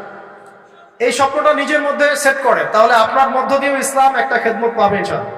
সবাই লেকচারার হবে না, কেউ হয়তো বই লিখবে, কেউ হয়তো ইসলামের জন্য গাইবে, ইসলামের জন্য কবিতা লিখবে, ইসলামের জন্য ইকোনমিক কোনো প্রজেক্ট লঞ্চ করবে, ইসলামের জন্য পলিটিক্যাল সেকশনে দুর্নীতি কমাই দিবে, ইসলামের জন্য হয়তো কেউ কনস্ট্রাকশনাল রেভলিউশনারি কাজ করবে, ইসলামের জন্য নেশনকে এগিয়ে নিবে। এমনকি ইসলামের জন্য নাম্বার স্বপ্নের সাথে সাথে লক্ষ্য স্থির করতে হবে। লক্ষ্য স্থির করতে হবে। লক্ষ্যটা কি? এই লক্ষ্য নিয়ে কথা বলতেই শুরু করেছে। লক্ষ্যটা হবে পরকাল। লক্ষ্যটা কি? লক্ষ্য একটাই, জান্নাত। লক্ষ্য কি? জান্নাত। এই লক্ষ্যে কাজ করতে গিয়ে যদি আল্লাহর পথে আপনাকে গালি খেতে হয়, সমালোচনা শুনতে হয়, আপনার শারীরিক, মানসিক, অর্থনৈতিক নির্যাতন সহ্য করতে হয়, দেখবেন আপনি মন থেকে সুকুন, শান্তি ফিল করছেন। এই পথে যদি হোঁচট খেয়ে পড়েও যান, শান্তি লাগবে, ভালো লাগবে যে আমি আল্লাহর জন্য করেছি, আল্লাহ আমাকে এটার আজর দিবে। চাও মানুষ আমাকে অনেক ভালো বলছে, এর মানে এই নয় যে আমি জান্নাত পেয়ে গেছি। আবার মানুষ আমাকে ছিছি করছে, এর মানে এই নয় যে আমি জাহান্নামে চলে গেছি। প্রকৃত ভালো আর মন্দের মানদণ্ড আল্লাহ ফিক্স করবেন ইনশাআল্লাহ কাল কিয়ামতের মাঠে। ফামান যুহজিহা আনিন নার ওয়া উদখিলাল জান্নাতা ফাকাদ ফাজ। ওই দিন আল্লাহ পাক যাদেরকে জাহান্নামের আগুন থেকে বাঁচাবেন, জান্নাতে ঢোকাবেন, একমাত্র তারাই সফল, আর কেউ সফল নয়। আমি বলি এই আয়াত হচ্ছে, দিস আয়াত is the definition of success. এই আয়াত হচ্ছে সাফল্যের সংজ্ঞা। এই যে সাফল্য সাফল্য বলি আমরা, বাবা তোমাকে সফল হতে হবে, মা তোমাকে সফল হতে হবে, হ্যাঁ, what is the definition of success? আপনারা কি মনে করেন সাফল্যের সংজ্ঞা কি? দিস আয়াত, এই আয়াত সূরা আলে ইমরান, দ্য ভার্স নাম্বার 185, 185 নম্বর আয়াত সূরা আলে ইমরান। এই আয়াতটা হচ্ছে দ্য ডেফিনেশন অফ সাকসেস, সাফল্যের সংজ্ঞা। ফামান যুহজিহা আনিন নার ওয়া উদখিলাল জান্নাতা ফাকাদ ফাজ। যাকে জাহান্নামের আগুন থেকে কাল কিয়ামতের মাঠে বাঁচানো হবে এবং জান্নাতে ঢুকিয়ে দেওয়া হবে, বাস সে ব্যক্তি সফল, আর কেউ সফল। এই বিশ্বে বহু বড় বড় মানুষ চলে গেছে, ফেরাউন এবং নমরুদ, আবু জেহেল, আবু লাহাব, উতবা, শাইবা, হ্যাঁ, মঙ্গলরা চলে গেছে, আলেকজান্ডার দ্য গ্রেট এর আমল ছিল, হ্যাঁ, কত বড় বড় হিস্ট্রি, রোমকরা ছিল, গ্রিকরা ছিল, পার্সিয়ানরা ছিল, ছিল না? সভ্যতা পড়েছেন তো এগুলো, হিস্ট্রিগুলো। চাইনিজদের সভ্যতা ছিল, রাশিয়ান কন্টিনেন্ট ছিল, কত বড় বড় সভ্যতা পৃথিবী থেকে চলে গেছে। এগুলো তো আমরা জানি। আর যেগুলো কোরআন বলেছে, নূহের জাতি, আদ, সামুদ, মাদিয়ান, কওমে লূত, কত জাতি পৃথিবী থেকে চলে গেছে। আমরা তো শেষের দিকে আছি। মানে আমাদের আর কিয়ামতের মাঝখানে ডিস্টেন্স হচ্ছে আসর থেকে মাগরিব পর্যন্ত সময়। এই উম্মত এবং কিয়ামতের মাঝখানে ডিস্টেন্স হচ্ছে আসরের নামাজ থেকে মাগরিব পর্যন্ত সময়। নবীজি বলছেন এরকম, এই আঙ্গুল থেকে এই আঙ্গুল যেমন দূরত্ব, আমার আর কিয়ামতের মাঝখানে এতটুকু দূরত্ব। তো হিস্ট্রি তো শেষ, আমরা শেষের দিকে আছি। শেষের দিকে আসবে দাজ্জাল, ইয়াজুজ মাজুজ, ঈসা ইবনে মারইয়াম, ইমামুল মাহদি। আস্তে আস্তে ইসলামী খেলাফা রিস্টোর হবে, মানুষ আবার খারাপ হবে, ওদের সামনে কিয়ামত হবে। That's all. পশ্চিম দিক থেকে সূর্য উঠবে, এগুলো বাকি আছে। আর ভূমিকম্প কিছু, ভূমিকম্পের বছর, বড় বড় কিছু প্রাকৃতিক বিপর্যয় বাকি আছে। এখন হিস্ট্রি ঘেটে দেখেন, এরা তো চলে গেছে হিস্ট্রি থেকে। এই ব্যক্তিত্বরা কেউই সফল হবে না যদি কাল কিয়ামতের মাঠে জাহান্নাম থেকে বাঁচতে না পারে। বলেন এই বিশ্বের সবচেয়ে বড় নেতার নাম কি? আপনার কি মত বলেন দেখি। না, আমি ওই সেন্সে বলছি না। এখনকার বিশ্বের সবচেয়ে বড় পরাশক্তির নেতাকে বলেন। বাইডেন। এক্স্যাক্টলি। আমার মতে পুতিন। আমার মতে কি? এ ব্যক্তি সফল হতে পারবে না যদি কাল কিয়ামতের মাঠে জাহান্নাম থেকে বাঁচতে না পারে। তার কাছে এখন সবকিছু আছে, অনেক কিছু আছে। এই ব্যক্তি সফল হতে পারবে না যদি কাল কিয়ামতের মাঠে জাহান্নাম থেকে বাঁচতে না পারে। যদি সে কাল কিয়ামতের মাঠে জাহান্নাম থেকে বাঁচতে পারে, জান্নাতে যেতে পারে, সে সফল ইনশাআল্লাহ। আমি একটা এক্সাম্পল দিচ্ছি। রাসূল সাল্লাল্লাহু আলাইহি ওয়াসাল্লাম বলেছেন, সবচেয়ে সুখী মানুষটাকে, পৃথিবীর সবচেয়ে সুখী মানুষটাকে কাল কিয়ামতের মাঠে আল্লাহ পাক এক মুহূর্ত সময়ের জন্য জাহান্নামে ঢুকাই দেবে। কতটুকু সময়? এক মুহূর্ত। আল্লাহ পাক জানেন কতটুকু সময়। এরপর তাকে বের করে বলবেন, দুনিয়াতে সুখে ছিলা? সে বলবে, আল্লাহ সুখ কি জিনিস আমি জানি না, সুখ কাকে বলে আমি জানি না, সুখ কি আমি সেটা জানি না। আল্লাহ সুখ কাকে বলে আমি সেটা জানি না। আর এই পৃথিবীর সবচাইতে নির্যাতিত, নিপীড়িত এবং দুঃখে দুঃখ ক্লেশে ভরা মানুষটাকে আল্লাহ পাক এই এক মুহূর্তের জন্য জান্নাতে ঢুকিয়ে দিয়ে বের করে নিয়ে আসে। বলবেন যে দুনিয়াতে দুঃখে ছিল, কষ্টে ছিল, এই ব্যক্তি বলবে আল্লাহ কষ্ট কি জিনিস আমি জানি না, কষ্ট কাকে বলে আমি কষ্টের সংজ্ঞাই জানি না। এই ব্যক্তির তাকদিরে কি হবে পরে? এই ব্যক্তি জান্নাতের ওই যে আরাফ নামক জায়গায় দাঁড়িয়ে থাকবে, চেহারাটা ঘুরিয়ে দেওয়া হবে জাহান্নামীদের দিকে। সে বলবে যে আল্লাহ চেহারাটা খালি আমাকে জান্নাতের দিকে ঘুরায় দাও, আমি জান্নাতে যেতে চাচ্ছি না, খালি চেহারাটা ঘুরায় দাও, বাস এনাফ। আল্লাহ বলবেন আর কিছু চাবো না? তো না, আর কিছু চাবো না। ঠিক আছে, চেহারা ঘুরাই দেব। এবার চেহারা জান্নাতের দিকে ঘুরে আসে, জান্নাতের ঘ্রাণ, জান্নাতের নেয়ামতের স্নিগ্ধতা সব পাচ্ছে সে। এবার বলছে আল্লাহ শুধু দরজার কাছে নিয়ে যেয়ে রেখে দাও, ঢুকতে চাবো না। আল্লাহ বলবেন যে এইবার কথা দিয়ে কথা রাখবা, ঠিক আছে, জান্নাতের দরজার সামনে গিয়ে রেখে দাও। ও বেচারা দরজা ধরে দাঁড়ায় আছে, চিন্তা করবে, ও ভাববে, ওই সময় সে ভাববে, হাদিসে এত স্পেসিফিকলি আসছে, সে ভাববে যে আর কিভাবে আল্লাহকে বলবো, আল্লাহ তো এতদূর পর্যন্ত নিয়ে আসলেন। এরপর বলবে যে জাস্ট একটু উকি দিব, আল্লাহ খালি একটু উকি দিতে, ঢোকানোর দরকার নেই, খালি উকি দিব। আল্লাহ পাক বলবেন দেখো আদম সন্তান তোমরা কিন্তু কথা খুব কম রাখো, আদম সন্তান তোমরা কথা দিয়ে কথা রাখতে পারো। ওই যে আদম আলাইহিস সালামকে বলা হয়েছিল না, ওয়ালা তাকরাবা হাদিহি শাজারা, তোমরা গাছের কাছে যেও না, তাও তারা গাছের কাছে চলে গেলেন। তোমরা কথা দিয়ে কথা রাখো না। এবার উকি দিয়ে সে বলবে আল্লাহ এতদূর যখন নিয়ে আসছো, আল্লাহ আমাকে আর এখান থেকে দূরে ঠেলে দিও না, আমাকে ঢুকাই দাও আল্লাহ জান্নাতে। আল্লাহ পাক তাকে জান্নাতে ঢুকাই দিবেন এবং এই দুনিয়ার চাইতে 10 গুণ বড় জান্নাত তাকে দিবেন ইনশাআল্লাহ। তাহলে আমরা বুঝতে পারলাম যে দুনিয়ার বাস্তবতা কি আর আসল প্রকৃত সাফল্য কাকে বলে। আরেকটা কথা বলি, এক ব্যক্তিকে জাহান্নামের শাস্তি দেওয়া হবে বছরের পর বছর, অনেক বছর, অনেক বছর। কত বছর আল্লাহ ভালো জানেন, কারণ জাহান্নামের উপর থেকে ছেড়ে দেওয়ার পরে জাহান্নামের তলায় গিয়ে পৌঁছাতেই মানে কত হাজার হাজার বছর পার হয়ে যাবে মানুষ জানে না। এত গভীর জাহান্নাম, এত গভীর। আমরা তো এখন নাসাকে ইলাহ বানিয়ে নিয়েছি, নাসা যা বলে তাই বিশ্বাস করি। ও বলে মঙ্গলে পানি আছে, আমরা বলি হ্যাঁ পানি আছে। ও বলে চাঁদে এই আছে, আমরা বলি হ্যাঁ সেই আছে। নাসা যদি এখন বলে জাহান্নাম নামে একটা জায়গা আছে, কালকে দেখবেন সব মানুষ বিশ্বাস করছে জাহান্নাম নামে একটা জায়গা আছে। এটা হলো যে সায়েন্সকে আমরা এখন উপাস্য বানাচ্ছি, এটা একটা শিরক, এটা আধুনিক শিরক। আধুনিক আরো শিরক আছে, আল্লাহর হালালকে হারাম করা, আল্লাহর হারামকে হালাল করে দেওয়া। ওইদিকে আমি যাচ্ছি না। এখন পড়তে পড়তে পড়তে একটা জায়গায় তাকে দাঁড় করিয়ে দেওয়া হবে, আযাব দেওয়া হবে, আযাব দেওয়া হবে, আযাব দেওয়া হবে। এক পর্যায়ে সে চিৎকার করতে থাকবে ইয়া মান্নান ইয়া হান্নান, ইয়া মান্নান ইয়া হান্নান, এভাবে চিৎকার করতে করতে। এগুলো আল্লাহ পাকের নাম, এগুলো কি আল্লাহ পাকের নাম। আল্লাহ পাক বলবেন দেখো জাহান্নামের অতল গভীরে কোন আমার বান্দা আমাকে ডাকছে, কি হাজত তার, নিয়ে আসো। ওকে জিজ্ঞাসা করা হবে কি প্রয়োজন, সে শাস্তির অভিযোগ করবে। শাস্তির অভিযোগ করে তাকে বলবে যে আমার এই শাস্তি আমি সহ্য করতে পারছি না, আল্লাহ আমাকে এইটা দাও সেটা দাও, আমাকে, আমি যেখানে থাকি সে থাকার জায়গাটা ভালো না, আমি যেখানে বসি বসার জায়গা ভালো না, এরকম অনেক কথা বলতে থাকবে। আল্লাহ পাক তখন তার গুনাহগুলোকে স্মরণ করাবেন, মানে তার এই অবস্থা কেন হলো এটা স্মরণ করাবেন। এবার সে ব্যক্তি পিছনে ফিরে, তাকে আবার পাঠিয়ে দেওয়া হবে, যাও পিছনে ফিরে যাও। তো যেতে যেতে সে তাকাবে পিছনে ফিরে, বারবার তাকাবে আর বলবে আল্লাহ তোমার রহমতে আমাকে একবার সেখান থেকে তুমি বের করে নিয়ে আসছো, আল্লাহ দ্বিতীয়বার আমাকে সেখানে পাঠাও, আমি তোমার রহমতের আশা রাখি যে তুমি আমাকে মাফ করে দিবে। আল্লাহ পাক বলবেন আমার রহমতের ওসিলায় সে আমার কাছে চেয়েছে, যাও আমি তাকে মাফ করে দিব। এই জাহান্নাম থেকে বের করেও আল্লাহ পাক অনেক মানুষকে কি করবেন, জান্নাতে দিবেন ইনশাআল্লাহ। একজন ব্যক্তির কথা আসছে 99টা খুন করেছে, তওবা করার সুযোগ আছে কিনা খুঁজতে গিয়েছে। এক আবেদ যে ইবাদত করে, আলেম না আবেদ, সে বলেছে কোনো মাফ নাই, ওকেও হত্যা করে 100 পূর্ণ করেছে। পরে অন্য এক আলেমের কাছে গিয়ে তওবা করেছে, আল্লাহ পাক তার জান কবজের সময় ফেরেশতাদের দূরত্বকে পরিমাপ করে এই ওসিলায় আল্লাহ রাব্বুল আলামিন তাকে মাফ করে দিলেন। আরেক ব্যক্তিকে মাফ করেছেন আল্লাহ রাব্বুল আলামিন, যে তার সন্তানদেরকে বলেছিল আমি মারা গেলে আমার লাশটাকে পুড়িয়ে ফেলবা, অর্ধেক ছাই বাতাসে ভাসিয়ে দিবা, অর্ধেক ছাই সাগরে ভাসিয়ে দিবা, বাতাসে উড়িয়ে দিবা, সাগরে ভাসিয়ে দিবা। আল্লাহ পাক ছাই জড়ো করেছেন, করে বলেছেন কেন করেছো এই কাজ? সে বলবে মিন খাশিয়াতিকা ইয়া রাব্বি, হে আল্লাহ তোমার ভয়ে কাজ করেছিলাম, আর তুমি খুব ভালো করে জানো হে আল্লাহ আমি তোমার ভয় করেছি না অন্য কোনো কারণে করেছি। আল্লাহ পাক তাকে বলবেন, যাও আমি তোমাকে মাফ করে দিলাম।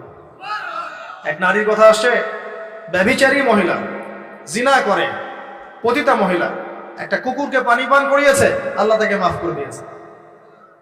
আর একজন লোকের কথা আসছে যে তার বন্ধুকে এতটুকু বলেছিল, একজন ব্যক্তি তার বন্ধুকে এতটুকু বলেছিল যে আল্লাহ তোকে কোনোদিন মাফ করবে না, আল্লাহ তোকে কোনোদিন মাফ করবে না। এরকম কথা কিন্তু আমরা অনেকে বলে ফেলি। আল্লাহ পাক মৌতের পরে এই দুই ব্যক্তিকেই ডাকবেন, কিয়ামতের মাঠে ডাকবেন। এটা বারজাখে হয়েছে। বলবেন, আমার রহমত নিয়ে কথা বলার ইখতিয়ার তোমাকে কে দিয়েছে? আমি কাকে মাফ করব কাকে করব না, এই কথা বলার ইখতিয়ার তোমাকে কে দিয়েছে? আজকে আমি তাকে মাফ করে দিলাম, তোমাকে জাহান্নামে দিয়ে দিলাম। চাপ। অতএব আল্লাহ রাব্বুল আলামিনের এই বিশাল রহমত আমরা পাবো, আশাবাদী ইনশাআল্লাহ। এই কারণে আমাদের প্রথম যে বিষয়টা ফোকাস করতে হবে, আল্লাহ রহমত পেতে হলে আমাদের অবশ্যই বস্তুবাদিতা ত্যাগ করতে হবে। আল্লাহ পাক দুনিয়া পছন্দ করেন না। দুনিয়ার মোহে যারা ডুবে থাকে আল্লাহ এদেরকে পছন্দ করেন। দুনিয়া প্রয়োজন, যতটুকু আমার দরকার আমি করব, যতটুকু প্রয়োজন নাই এই বিষয়টা আমি পেতেই হবে, চাই চাই আরো চাই, হ্যাঁ দু হাতে চাপাও হাত পেতে নাও, ঋণ করে ঘি খাও, এইসব দর্শনের ধার ধারবো না আমরা ইনশাআল্লাহ। আমাদের দুনিয়া চলে গেলে যাক, বাকির খাতা পূর্ণ হোক ইনশাআল্লাহ তাআলা। আর এই দুনিয়াতে এসেছি আল্লাহর ইবাদত করার জন্য। শিখলাম, জানলাম, বুঝলাম ইবাদত মানে শুধুমাত্র নামাজ, রোজা, হজ, যাকাত নয়। এগুলো অবশ্যই ইবাদত, কিন্তু এগুলোই ইবাদত নয়, বরং আমাদের জীবনের প্রতিটা কাজই ইবাদত। আমাদের স্ত্রীর মুখে ভাত তুলে দেওয়া পর্যন্ত, একটা মুসলিম ভাইয়ের সাথে হাসি মুখে কথা বলা পর্যন্ত, মুসাফা করা পর্যন্ত, এভরি সিঙ্গেল ওয়ার্ড যে আমরা এই দুনিয়াতে করি, এগুলো ইনশাআল্লাহ তাআলা ইবাদত বলে কাউন্ট হবে যদি আমরা এগুলোকে তিনটা পদ্ধতিতে করি। এক, আল্লাহর সন্তুষ্টির জন্য করি। দুই, রাসূলের পদ্ধতিতে করি। এবং হালাল খেয়ে করি।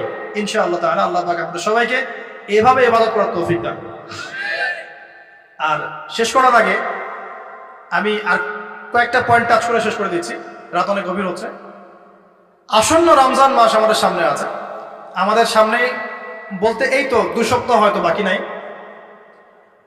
আমি কয়েকটা পয়েন্ট খালি আপনাদের সাথে শেয়ার করবো, যে এই পয়েন্টগুলো যদি একটু ফোকাস করি, রমজান মাসটা গুনাহ মাফের উৎসব হবে ইনশাআল্লাহ। আমরা কলেজ লাইফে পড়তাম একটা ওয়ার্ড, উৎসবের উৎসাহ। উৎসবের উৎসাহ, এই যে ছায়ানট, উদিচি, এইসব জায়গায় যারা থাকে না, এরাও এই শব্দগুলো জানে না। উৎসবের উৎসাহ, ওরা বলে যে জাগতে হবে রাত আলো জ্বেলে রেখে উৎসবের উৎসাহে। মানে রাত জাগতে হবে আলো জ্বেলে রেখে উৎসবের উৎসাহে। আমাদের এই দুনিয়ার জীবনের হায়াত কিন্তু খুব লম্বা না, খুব লম্বা কি 60 থেকে 70। এর মধ্যে আল্লাহ পাক কিছু উৎসবের উৎসাহ দিয়েছেন, যেমন শবে বরাত, যেমন শবে বরাতের রাত। এই রাতে ব্যক্তিকেন্দ্রিক তো কিছু ইবাদত করা যায়, সামগ্রিক না হয়। এই রাতে আল্লাহ পাক সবাইকে মাফ করেন, 2 শ্রেণীর মানুষ বাদ দিয়ে, মুশরিক, মুশাহিন, শিরক করে যারা, হিংসা বিদ্বেষ পোষণ করে যারা, এদের বাদ দিয়ে। শাবান মাস বেশি বেশি নবী রোজা রাখতেন। আরাফার দিন, আশুরা, মুহররম, জিলহজ মাসের প্রথম 10 দিন কিছু উৎসবের উৎসাহ আল্লাহ দিয়েছেন, তাই নাই? সবচেয়ে বড় উৎসব কোনটা বলেন তো? এই যে রমজান মাস। এখন এই মাসে আলো জ্বালা থাকবে উৎসবের উৎসাহে। কিভাবে? প্রথম কথা বলি, দুনিয়াবি বাজার ঘাট, শপিং টপিং যা যা আছে আগে ভাগে এই কয়দিনে করে ফেলে, যাদের সামর্থ্য আছে। যাদের সামর্থ্য নাই তারা, আমি বলেছি, প্রজেক্ট করতে হবে, সোশ্যাল প্রজেক্ট। আমরা সামর্থ্যবানদের টাকাগুলোকে কিছু সৎ মানুষ কালেক্ট করবেন, করে যাদের সামর্থ্য নাই তাদের ঘরে মাসের বাজার পৌঁছে দেবে। করা যাবে না ইনশাল্লাহ? আমরা যারা এসব জায়গায় থাকি আমরা মনে করি সোসাইটির সবাই এমন। সোসাইটির সবাই এমন নয়। অনেক মানুষের খেয়ে পরে থাকতে পারে না, সবাই আমাদের মতো খায় না। আমরা 10টা আইটেম নিয়ে বসে খেতে, অনেকের আলু ভর্তা জোটে না, আছে না? আমরা আমাদের যাকাত, আমাদের ওশর, আমাদের ফিতরা, আমাদের সাদাকাতুল ফিতর, আমাদের সাদাকা এবং ইফতারের প্রজেক্টগুলোকে সুন্দর করে প্যাকিং করে 1 মাসের বাজার করে দেওয়ার ক্ষমতা আমাদের নাই। একজন করে পরিবারের দায়িত্ব নেওয়ার ক্ষমতা আমাদের নাই। আপনি একটা নেন, আপনি একটা নেন, আপনি একটা নেন, আপনি 2টা নেন, আপনি 5টা নেন। দেখবেন ইনশাআল্লাহ তাআলা যখন আমরা খাবার ভাগাভাগি করে খাবো, ইনশাআল্লাহ সমাজে দারিদ্রতা কমে যাবে ইনশাআল্লাহ। কি উন্নতি, কি সবার মধ্যে সম্প্রীতি ছড়িয়ে দেওয়া উন্নতি, সবার মধ্যে এই যে ভালোবাসা ছড়িয়ে দেওয়াটা কিন্তু সমাজের উন্নতি। উন্নতি মানে আমরা আসলে কি বুঝি? খালি কনস্ট্রাকশন নির্মাণ করার উন্নতি? সবার মধ্যে সম্প্রীতি ছড়িয়ে দেওয়াটা উন্নতি। ইভেন এই প্রজেক্টে আপনি অমুসলিম ভাইকেও শরিক করতে পারেন। হ্যাঁ, যাকাতের অর্থ অমুসলিমকেও দেয়া যায়, তার অন্তর ইসলামের দিকে আকর্ষিত হবে ইনশাআল্লাহ। মুসলিমরা আমাকে সহযোগিতা করেছে, তার আমাদের রিলিজিয়নের প্রতি তার একটা সফট কর্নার তৈরি হবে ইনশাআল্লাহ। এগুলো করা বন্ধ করেছে বলেই তো অন্যরা এগুলো কাজ করছে। আর নীরবে আস্তে আস্তে বাংলাদেশে বহু মানুষ বিধর্মী হয়ে যাচ্ছে, এগুলো তো খবর রাখেন না। আল্লাহ পাক আমাদেরকে বোঝার তৌফিক দান করুন। আগে রমজানের প্রিপারেশন নেন, এটা গেল একটা পারিবারিক ইকোনমিক প্রিপারেশন। আধ্যাত্মিক প্রিপারেশন কি? হুট করে রমজান মাসে গিয়ে সব ইবাদত একসাথে ধরা যায় না। এই কারণে এখন থেকেই নামাজ, তেলাওয়াত, তাফসীর পড়া, একটু তাহাজ্জুদ, চারটের নামাজ, ইশরাকের নামাজ, জিকির আজগার, এগুলো একটু ধরার চেষ্টা করি, যাতে রমজান মাসে গিয়েই আমি একদম যেন মোমেন্টামটা যেন ধরতে পারি ইনশাআল্লাহ। আল্লাহ পাক তৌফিক দান করুন। 3 নম্বর হচ্ছে অপচয় করবো না রমজান মাসে। অনেকদিন বলছি 5টা খেজুরে যদি ইফতার হয়ে যায়, 6 নম্বর খেজুর আপনার খাওয়ার দরকার নাই, আপনি দান করে দেন।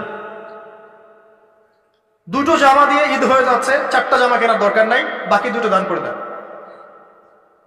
আপনার পরিবারের জন্য যদি 30 কেজি চাল যথেষ্ট হয়, 40 কেজি কেনার দরকার নাই, বাকিটা দান করে দেন। বহু মানুষ রমজান মাসে ইফতার করবে, ইফতার করে আল্লাহর কাছে বদদোয়া করবে, দেখে নিন, বলবে যে আল্লাহ আমি ইফতার করার খাবারটুকু পাচ্ছি না। পুরো বিশ্বের ইকোনমিক অবস্থা কিন্তু সুবিধার না। আস্তে আস্তে আমাদের এগুলো বুঝতে হবে। আল্লাহ পাক আমাদেরকে শুধু কোরআন তেলাওয়াত করলেই তো হবে না, এগুলো অর্থ তো বুঝতে হবে। কোরআন হাদিস দিয়ে বিশ্বটাকে তো ডিল করতে হবে, হবে কি না? আল্লাহ তৌফিক এনায়েত করুন। অপচয় না করি। আর রমজান মাস আসার আগেই আল্লাহর ওয়াস্তে সবার ঘরে ঘরে কোরআন এবং কোরআনের তাফসীর কেনা চাই। এই রমজান মাস আমরা কোরআন পড়ে শেষ করে দেবো ইনশাআল্লাহ। রমজান মাসের সবচেয়ে ইম্পর্টেন্ট জিনিসটা কি বলেন তো? কোরআন নাজিল হওয়া। শাহরু রমাদানাল্লাযী উনজিলা ফীহিল কুরআন। রমজান সেই মাস যে মাসে কি নাজিল হয়েছে? কোরআন। অতএব সবচেয়ে ইম্পর্টেন্ট পার্ট রমজানের কোরআন। যারা কোরআন তেলাওয়াত করতে জানি না, পড়া শিখবো, রাজি আছি ইনশাআল্লাহ? রমজান মাসের পুরো 30 দিন আমরা কোরআন তেলাওয়াত করা শিখবো ইনশাআল্লাহ। স্থানীয় ইমাম থাকতে পারেন, টিচার থাকতে পারেন, অনলাইনে শিখতে পারেন, অফলাইন কোর্স করতে পারেন, যেভাবে হোক আপনাকে শিখতে হবে। এর পাশাপাশি যারা হাফেজ এবং আমরা টুকটাক যারা আমি বুঝি, আমাদের প্রতি নসিহত হচ্ছে রমজান মাসে 30 দিনে প্রতিদিন 1 পারা করে আমরা তাফসীর পড়বো। 30 দিন 30 পারা শেষ ইনশাআল্লাহ। পারা যাবে ইনশাআল্লাহ? রমজান মাসে আর কি কাজ করব? তারাবি সালাত জামাতে পড়ার চেষ্টা করব। আর যে তারাবি জামাতে পড়বে সে 5 ওয়াক্ত নামাজ তো অবশ্যই জামাতে পড়তে হবে। জামাত যদি কোনো কারণে মিস হয়ে যায়, নামাজ বাদ, একাকি হলেও নামাজ পড়তে হবে। হ্যাঁ, যদি দেখেন জামাতে তারাবি পড়তে পারছেন না, ফ্যামিলিকে নিয়ে প্রয়োজনে তারাবি পড়েন। ফ্যামিলি মেম্বারদেরকে নিয়ে আপনি তারাবি পড়েন। আপনি পুরো কোরআনের হাফেজ না, 1 পারা জানেন, 1 পারা দিয়ে পড়েন। আপনি 20টা সূরা জানেন, একটা সূরা বারবার রিপিট করে করে পড়েন। নামাজটাকে ধীর স্থির ভাবে লম্বা করেন। রাসূলুল্লাহ সাল্লাল্লাহু আলাইহি ওয়াসাল্লামের মতো তিনি লম্বা করে ধীর স্থির ভাবে রমজান মাসে কিয়াম করতেন। আল্লাহ আমাদের তৌফিক দান করুন। আর যাকাত যাদের ফরজ হয়েছে রমজান মাসে অবশ্যই যাকাতগুলো দিয়ে দিব ইনশাআল্লাহ। যাকাত নিয়ে ডিফারেন্ট লেকচার আসবে ইনশাআল্লাহ, অনলি যাকাতের উপরে। যাকাত নাই, ইসলামিক অর্থনীতির ভিত্তি থাকবে না। যাকাত প্রতিষ্ঠা না করতে পারলে চিরস্থায়ীভাবে সমাজ থেকে দারিদ্রতা দূর করা যাবে না, কোনোভাবেই যাবে না। আপনি অ্যাডাম স্মিথের বই সমাজে কায়েম করে ছেড়ে দেন, তারপরেও দেখবেন যে সমাজে দারিদ্রতা দূর হচ্ছে না 100%। যতক্ষণ পর্যন্ত মুহাম্মদ সাল্লাল্লাহু আলাইহি ওয়াসাল্লামের ছেড়ে যাওয়া এই যাকাত ভিত্তিক অর্থনীতি প্রতিষ্ঠা না করতে পারছে। আমি চ্যালেঞ্জ করলাম, অ্যাডাম স্মিথের বই দি ওয়েলথ অফ নেশন আপনি প্রতিষ্ঠা করে দেন সমাজের মধ্যে, দেখবেন যে 100% দারিদ্রতা দূর হবে না, কখনো না। মুহাম্মদ সাল্লাল্লাহু আলাইহি ওয়াসাল্লাম রেখে যাওয়া সুন্নত যাকাতটা চালু করে দেন, দেখবেন ইনশাআল্লাহ কেউ না খেয়ে মারা যাবে না ইনশাআল্লাহ। এটা প্র্যাকটিক্যাল। অ্যাডাম স্মিথের জন্ম হয় নাই যখন উমর রাদিয়াল্লাহু আনহু এই যে তার খেলাফত চালাতেন, তখন কি তার জন্ম হয়েছে নাকি? উমর রাদিয়াল্লাহু আনহু যুগে একটা মানুষ দেখাতে পারবেন দারিদ্র সীমা নিচে বাস করে? তখন ওয়েলথের মানদণ্ড কি ছিল? গোল্ড কয়েন, গোল্ড, দিনার। সাহাবীরা ছেড়ে যেতেন দিনার, দিরহাম। আমরা ছেড়ে যাই কাগজ। কি ছেড়ে যাই? কাগজ। আর মনে করে অনেক ধন আমার। কি একটা যুগ আসলো, মানুষ কাগজকে ধন মনে করে। সুবহানাল্লাহ। যাই হোক, ওদিকে যাচ্ছি না। যাকাত গুলো দেওয়ার চেষ্টা করে, আল্লাহ পাক সবাইকে তৌফিক দান করুন। মনে রাখবেন, যে ব্যক্তি নামাজ পড়ে যাকাত দেয় না সে মুসলিম নয়। যে নামাজ পড়ে যাকাত দেয় না, যাকাত অস্বীকার করে, সে মুসলিম নয়। আর যে ব্যক্তি নামাজের ফরজিয়াতকে অস্বীকার করে সেও মুসলিম নয়। নামাজও থাকতে হবে, যাকাতও থাকতে হবে। আল্লাহ পাক তৌফিক দান করুন, আমিন। আর সবশেষ কথা হলো, রমজান মাসে আমরা যেটা বুঝি খাওয়ার আর পান করা ছেড়ে দেওয়ার নাম রোজা, এটাও ভুল কনসেপ্ট। শুধু খাবার আর পানীয় ছেড়ে দেওয়ার নাম রোজা বা সওম নয়, বরং আল্লাহ পাকের নিষেধকৃত যাবতীয় কবিরা গুনাহ ছেড়ে দেওয়ার নাম হচ্ছে সওম। সওম রেখে যদি আমি জেনা করি, গার্লফ্রেন্ডের সাথে চ্যাটিং করি আর ডেটিং করতে যাই, কফি খাই, হ্যাঁ, ইউনিভার্সিটিতে আমি বসে বসে তার সাথে ডেট করি, ফোনে চ্যাট করি, এখানে ওখানে লুকিয়ে লুকিয়ে দেখা করি, মিথ্যা কথা বলি, মাপে কম দেই, সুদ খাই, মিথ্যা কথা বলি, প্রতারণা করি ইত্যাদি, রোজা রেখে যদি এই কাজগুলো আমরা করি, রোজা ভেঙে যাবে। বিশ্বাস করেন, রোজাটা ভেঙে যাবে, রোজা থাকবে না। নবীজি বলছেন এই রোজা রাখুক বা না রাখুক আল্লাহর কিছুই যায় আসে না, আল্লাহ পাক দেখবেনই না একদিকে। সওম মানে আল্লাহ পাকের সমস্ত নিষেধগুলোকে বর্জন করা। একটা মেয়ে রোজা রেখেছে, বেপরদায় বাইরে চলে গেল, সওম হয়নি, সওম ভেঙে গেছে। রোজা রেখেছি, আমি বসে বসে গীবত করলাম, সওম ভেঙে গেল। রোজা রেখেছি, মিথ্যা কথা বললাম, মাপে কম দিলাম, রোজা ভেঙে গেল। আল্লাহ পাক আমাদের সবাইকে সওম রাখার মতো রাখার তৌফিক এনায়েত করুন বলে আমি। আর সর্বশেষ কথা, এখানে আসতে পেরে আমি নিজেকে খুবই ধন্য মনে করছি, আলহামদুলিল্লাহ। একটা শিক্ষিত মহল পেয়েছি, তাই অনেকগুলো কথা মন থেকে বলে ফেললাম। এর মধ্যে যদি কোনো ভুল ত্রুটি হয় সেটা আমার পক্ষ থেকে, আর সঠিক বিষয়গুলো আল্লাহ পাকের পক্ষ থেকে। ঢাকাবাসীর জন্য এতটুকু বলবো, বস্তুবাদী হয় না। শহরটা যেন আপনাকে বস্তুবাদী না বানাতে পারে। এখানে আমাদেরকে থাকতে হবে কেন? কারণ যেখানে মক্কা, যেখানে আবু জেহেল, সেখানেই মুহাম্মদ সাল্লাল্লাহু আলাইহি ওয়াসাল্লামের জন্ম হয়। যেখানে ইব্রাহিমের পিতা আজার, সেখানে ইব্রাহিমের জন্ম হয় নাকি? এবং তারা একটা সময় পর্যন্ত চেষ্টা করতে থাকেন সমাজের মানুষকে সঠিক পথে আনার জন্য। যখন পারেন না, তারপর কি করেন? চলে যান। ইব্রাহিম আলাইহিস সালাম চলে গেলেন, আব্বাকে নসিহত করতে করতে ক্লান্ত, আর বোঝে না। রাসূল সাল্লাল্লাহু আলাইহি ওয়াসাল্লাম একদিন মক্কায় 13 বছর কাজ করলেন। 13 বছর দাওয়াতি কাজ করার পর মক্কার মানুষ আর তাকে সহ্য করে না। সাহাবীদেরকে নিয়ে বেচারা তিনি চলে গেলেন কোথায়? তো আমরা এই শহরে থাকবো ঠিকই, এই শহর যেন আমাদেরকে বস্তুবাদী না বানাতে পারে। দুনিয়ায় বেঁচে থাকবো, দুনিয়াকে প্রয়োজন মনে করে, দুনিয়ার পূজায় ডুবে যাব না। যতটুকু প্রয়োজন এতটুকুতে সন্তুষ্ট থাকবো ইনশাআল্লাহ। অবশ্যই দুনিয়ার প্রয়োজন আছে, তবে দুনিয়ার পূজায় ডুবে যাব না, মধ্যমপন্থী থাকার চেষ্টা করবো ইনশাআল্লাহ। আর এই শহরের অন্যতম সমস্যা হচ্ছে সুদ বা রিবা। আল্লাহর রাস্তায় রিবা ত্যাগ করার চেষ্টা করেন, আল্লাহ পাক তৌফিক রাখেন। এই শহরের অন্যতম সেরা সমস্যা বেপরদামি, অশ্লীলতা, হ্যাঁ, বেহায়াপনা এবং ফ্রি মিক্সিং, ফ্যামিলিস্ট রেভলিউশন, নারী পুরুষের পোশাক পরে, পুরুষ নারীর পোশাক পরে, জিনা। শহরটাকে আমরা জেনা শহর বানাচ্ছি আস্তে আস্তে। মাদকের ছয়লাভ হচ্ছে, জেনার ছয়লাভ হচ্ছে, প্রতারণা, কারাপশন, আমানতদারিতার অভাব, অবিশ্বাস, চতুর্দিকে অবিশ্বাস, কেউ কাউকে বিশ্বাস করতে পারে না। আল্লাহ পাকের কিছু বড় বড় গজব আসার যে কারণগুলো আছে, এই প্রতিটা কারণ অলরেডি আমাদের উপর ওয়াজিব হয়ে গেছে। কিভাবে বাঁচতে পারি? প্রথমত আল্লাহ পাকের কাছে খাস তওবা করতে হবে। আল্লাহ পাক আমাদের সবাইকে খাস তওবা করে দিনে ফিরে আসার তৌফিক দান। 2 নম্বর, আল্লাহর কাছে আমরা ওয়াদা করব, আল্লাহ দুনিয়াতে যতদিন বেঁচে আছি তোমার আদেশ, তোমার নবীর আদেশ মেনে চলবো ইনশাআল্লাহ। আমরা জানি 100% পারবো না, যতটুকু পারি চেষ্টা করবো ইনশাআল্লাহ। আর কি করবো? দ্বীনের ইলম অর্জন করার চেষ্টা করবো ইনশাআল্লাহ। আমাদের পরিবার বর্গকে পর্দায় রাখবো ইনশাআল্লাহ। পরিবারের মধ্যে হালাল রিজিকের ব্যবস্থা করবো ইনশাআল্লাহ। অল্পে তুষ্ট থাকার মানসিকতা লালন করব। অসহায় গরিব দুঃখী মানুষের পাশে থাকার চেষ্টা করবো ইনশাআল্লাহ। জাতির মধ্যে ফিকশন, ফাসাদ বাড়িয়ে দেব না, বরং আমরা শান্তিপ্রিয় মানুষ, শান্তিপ্রিয় থাকবো।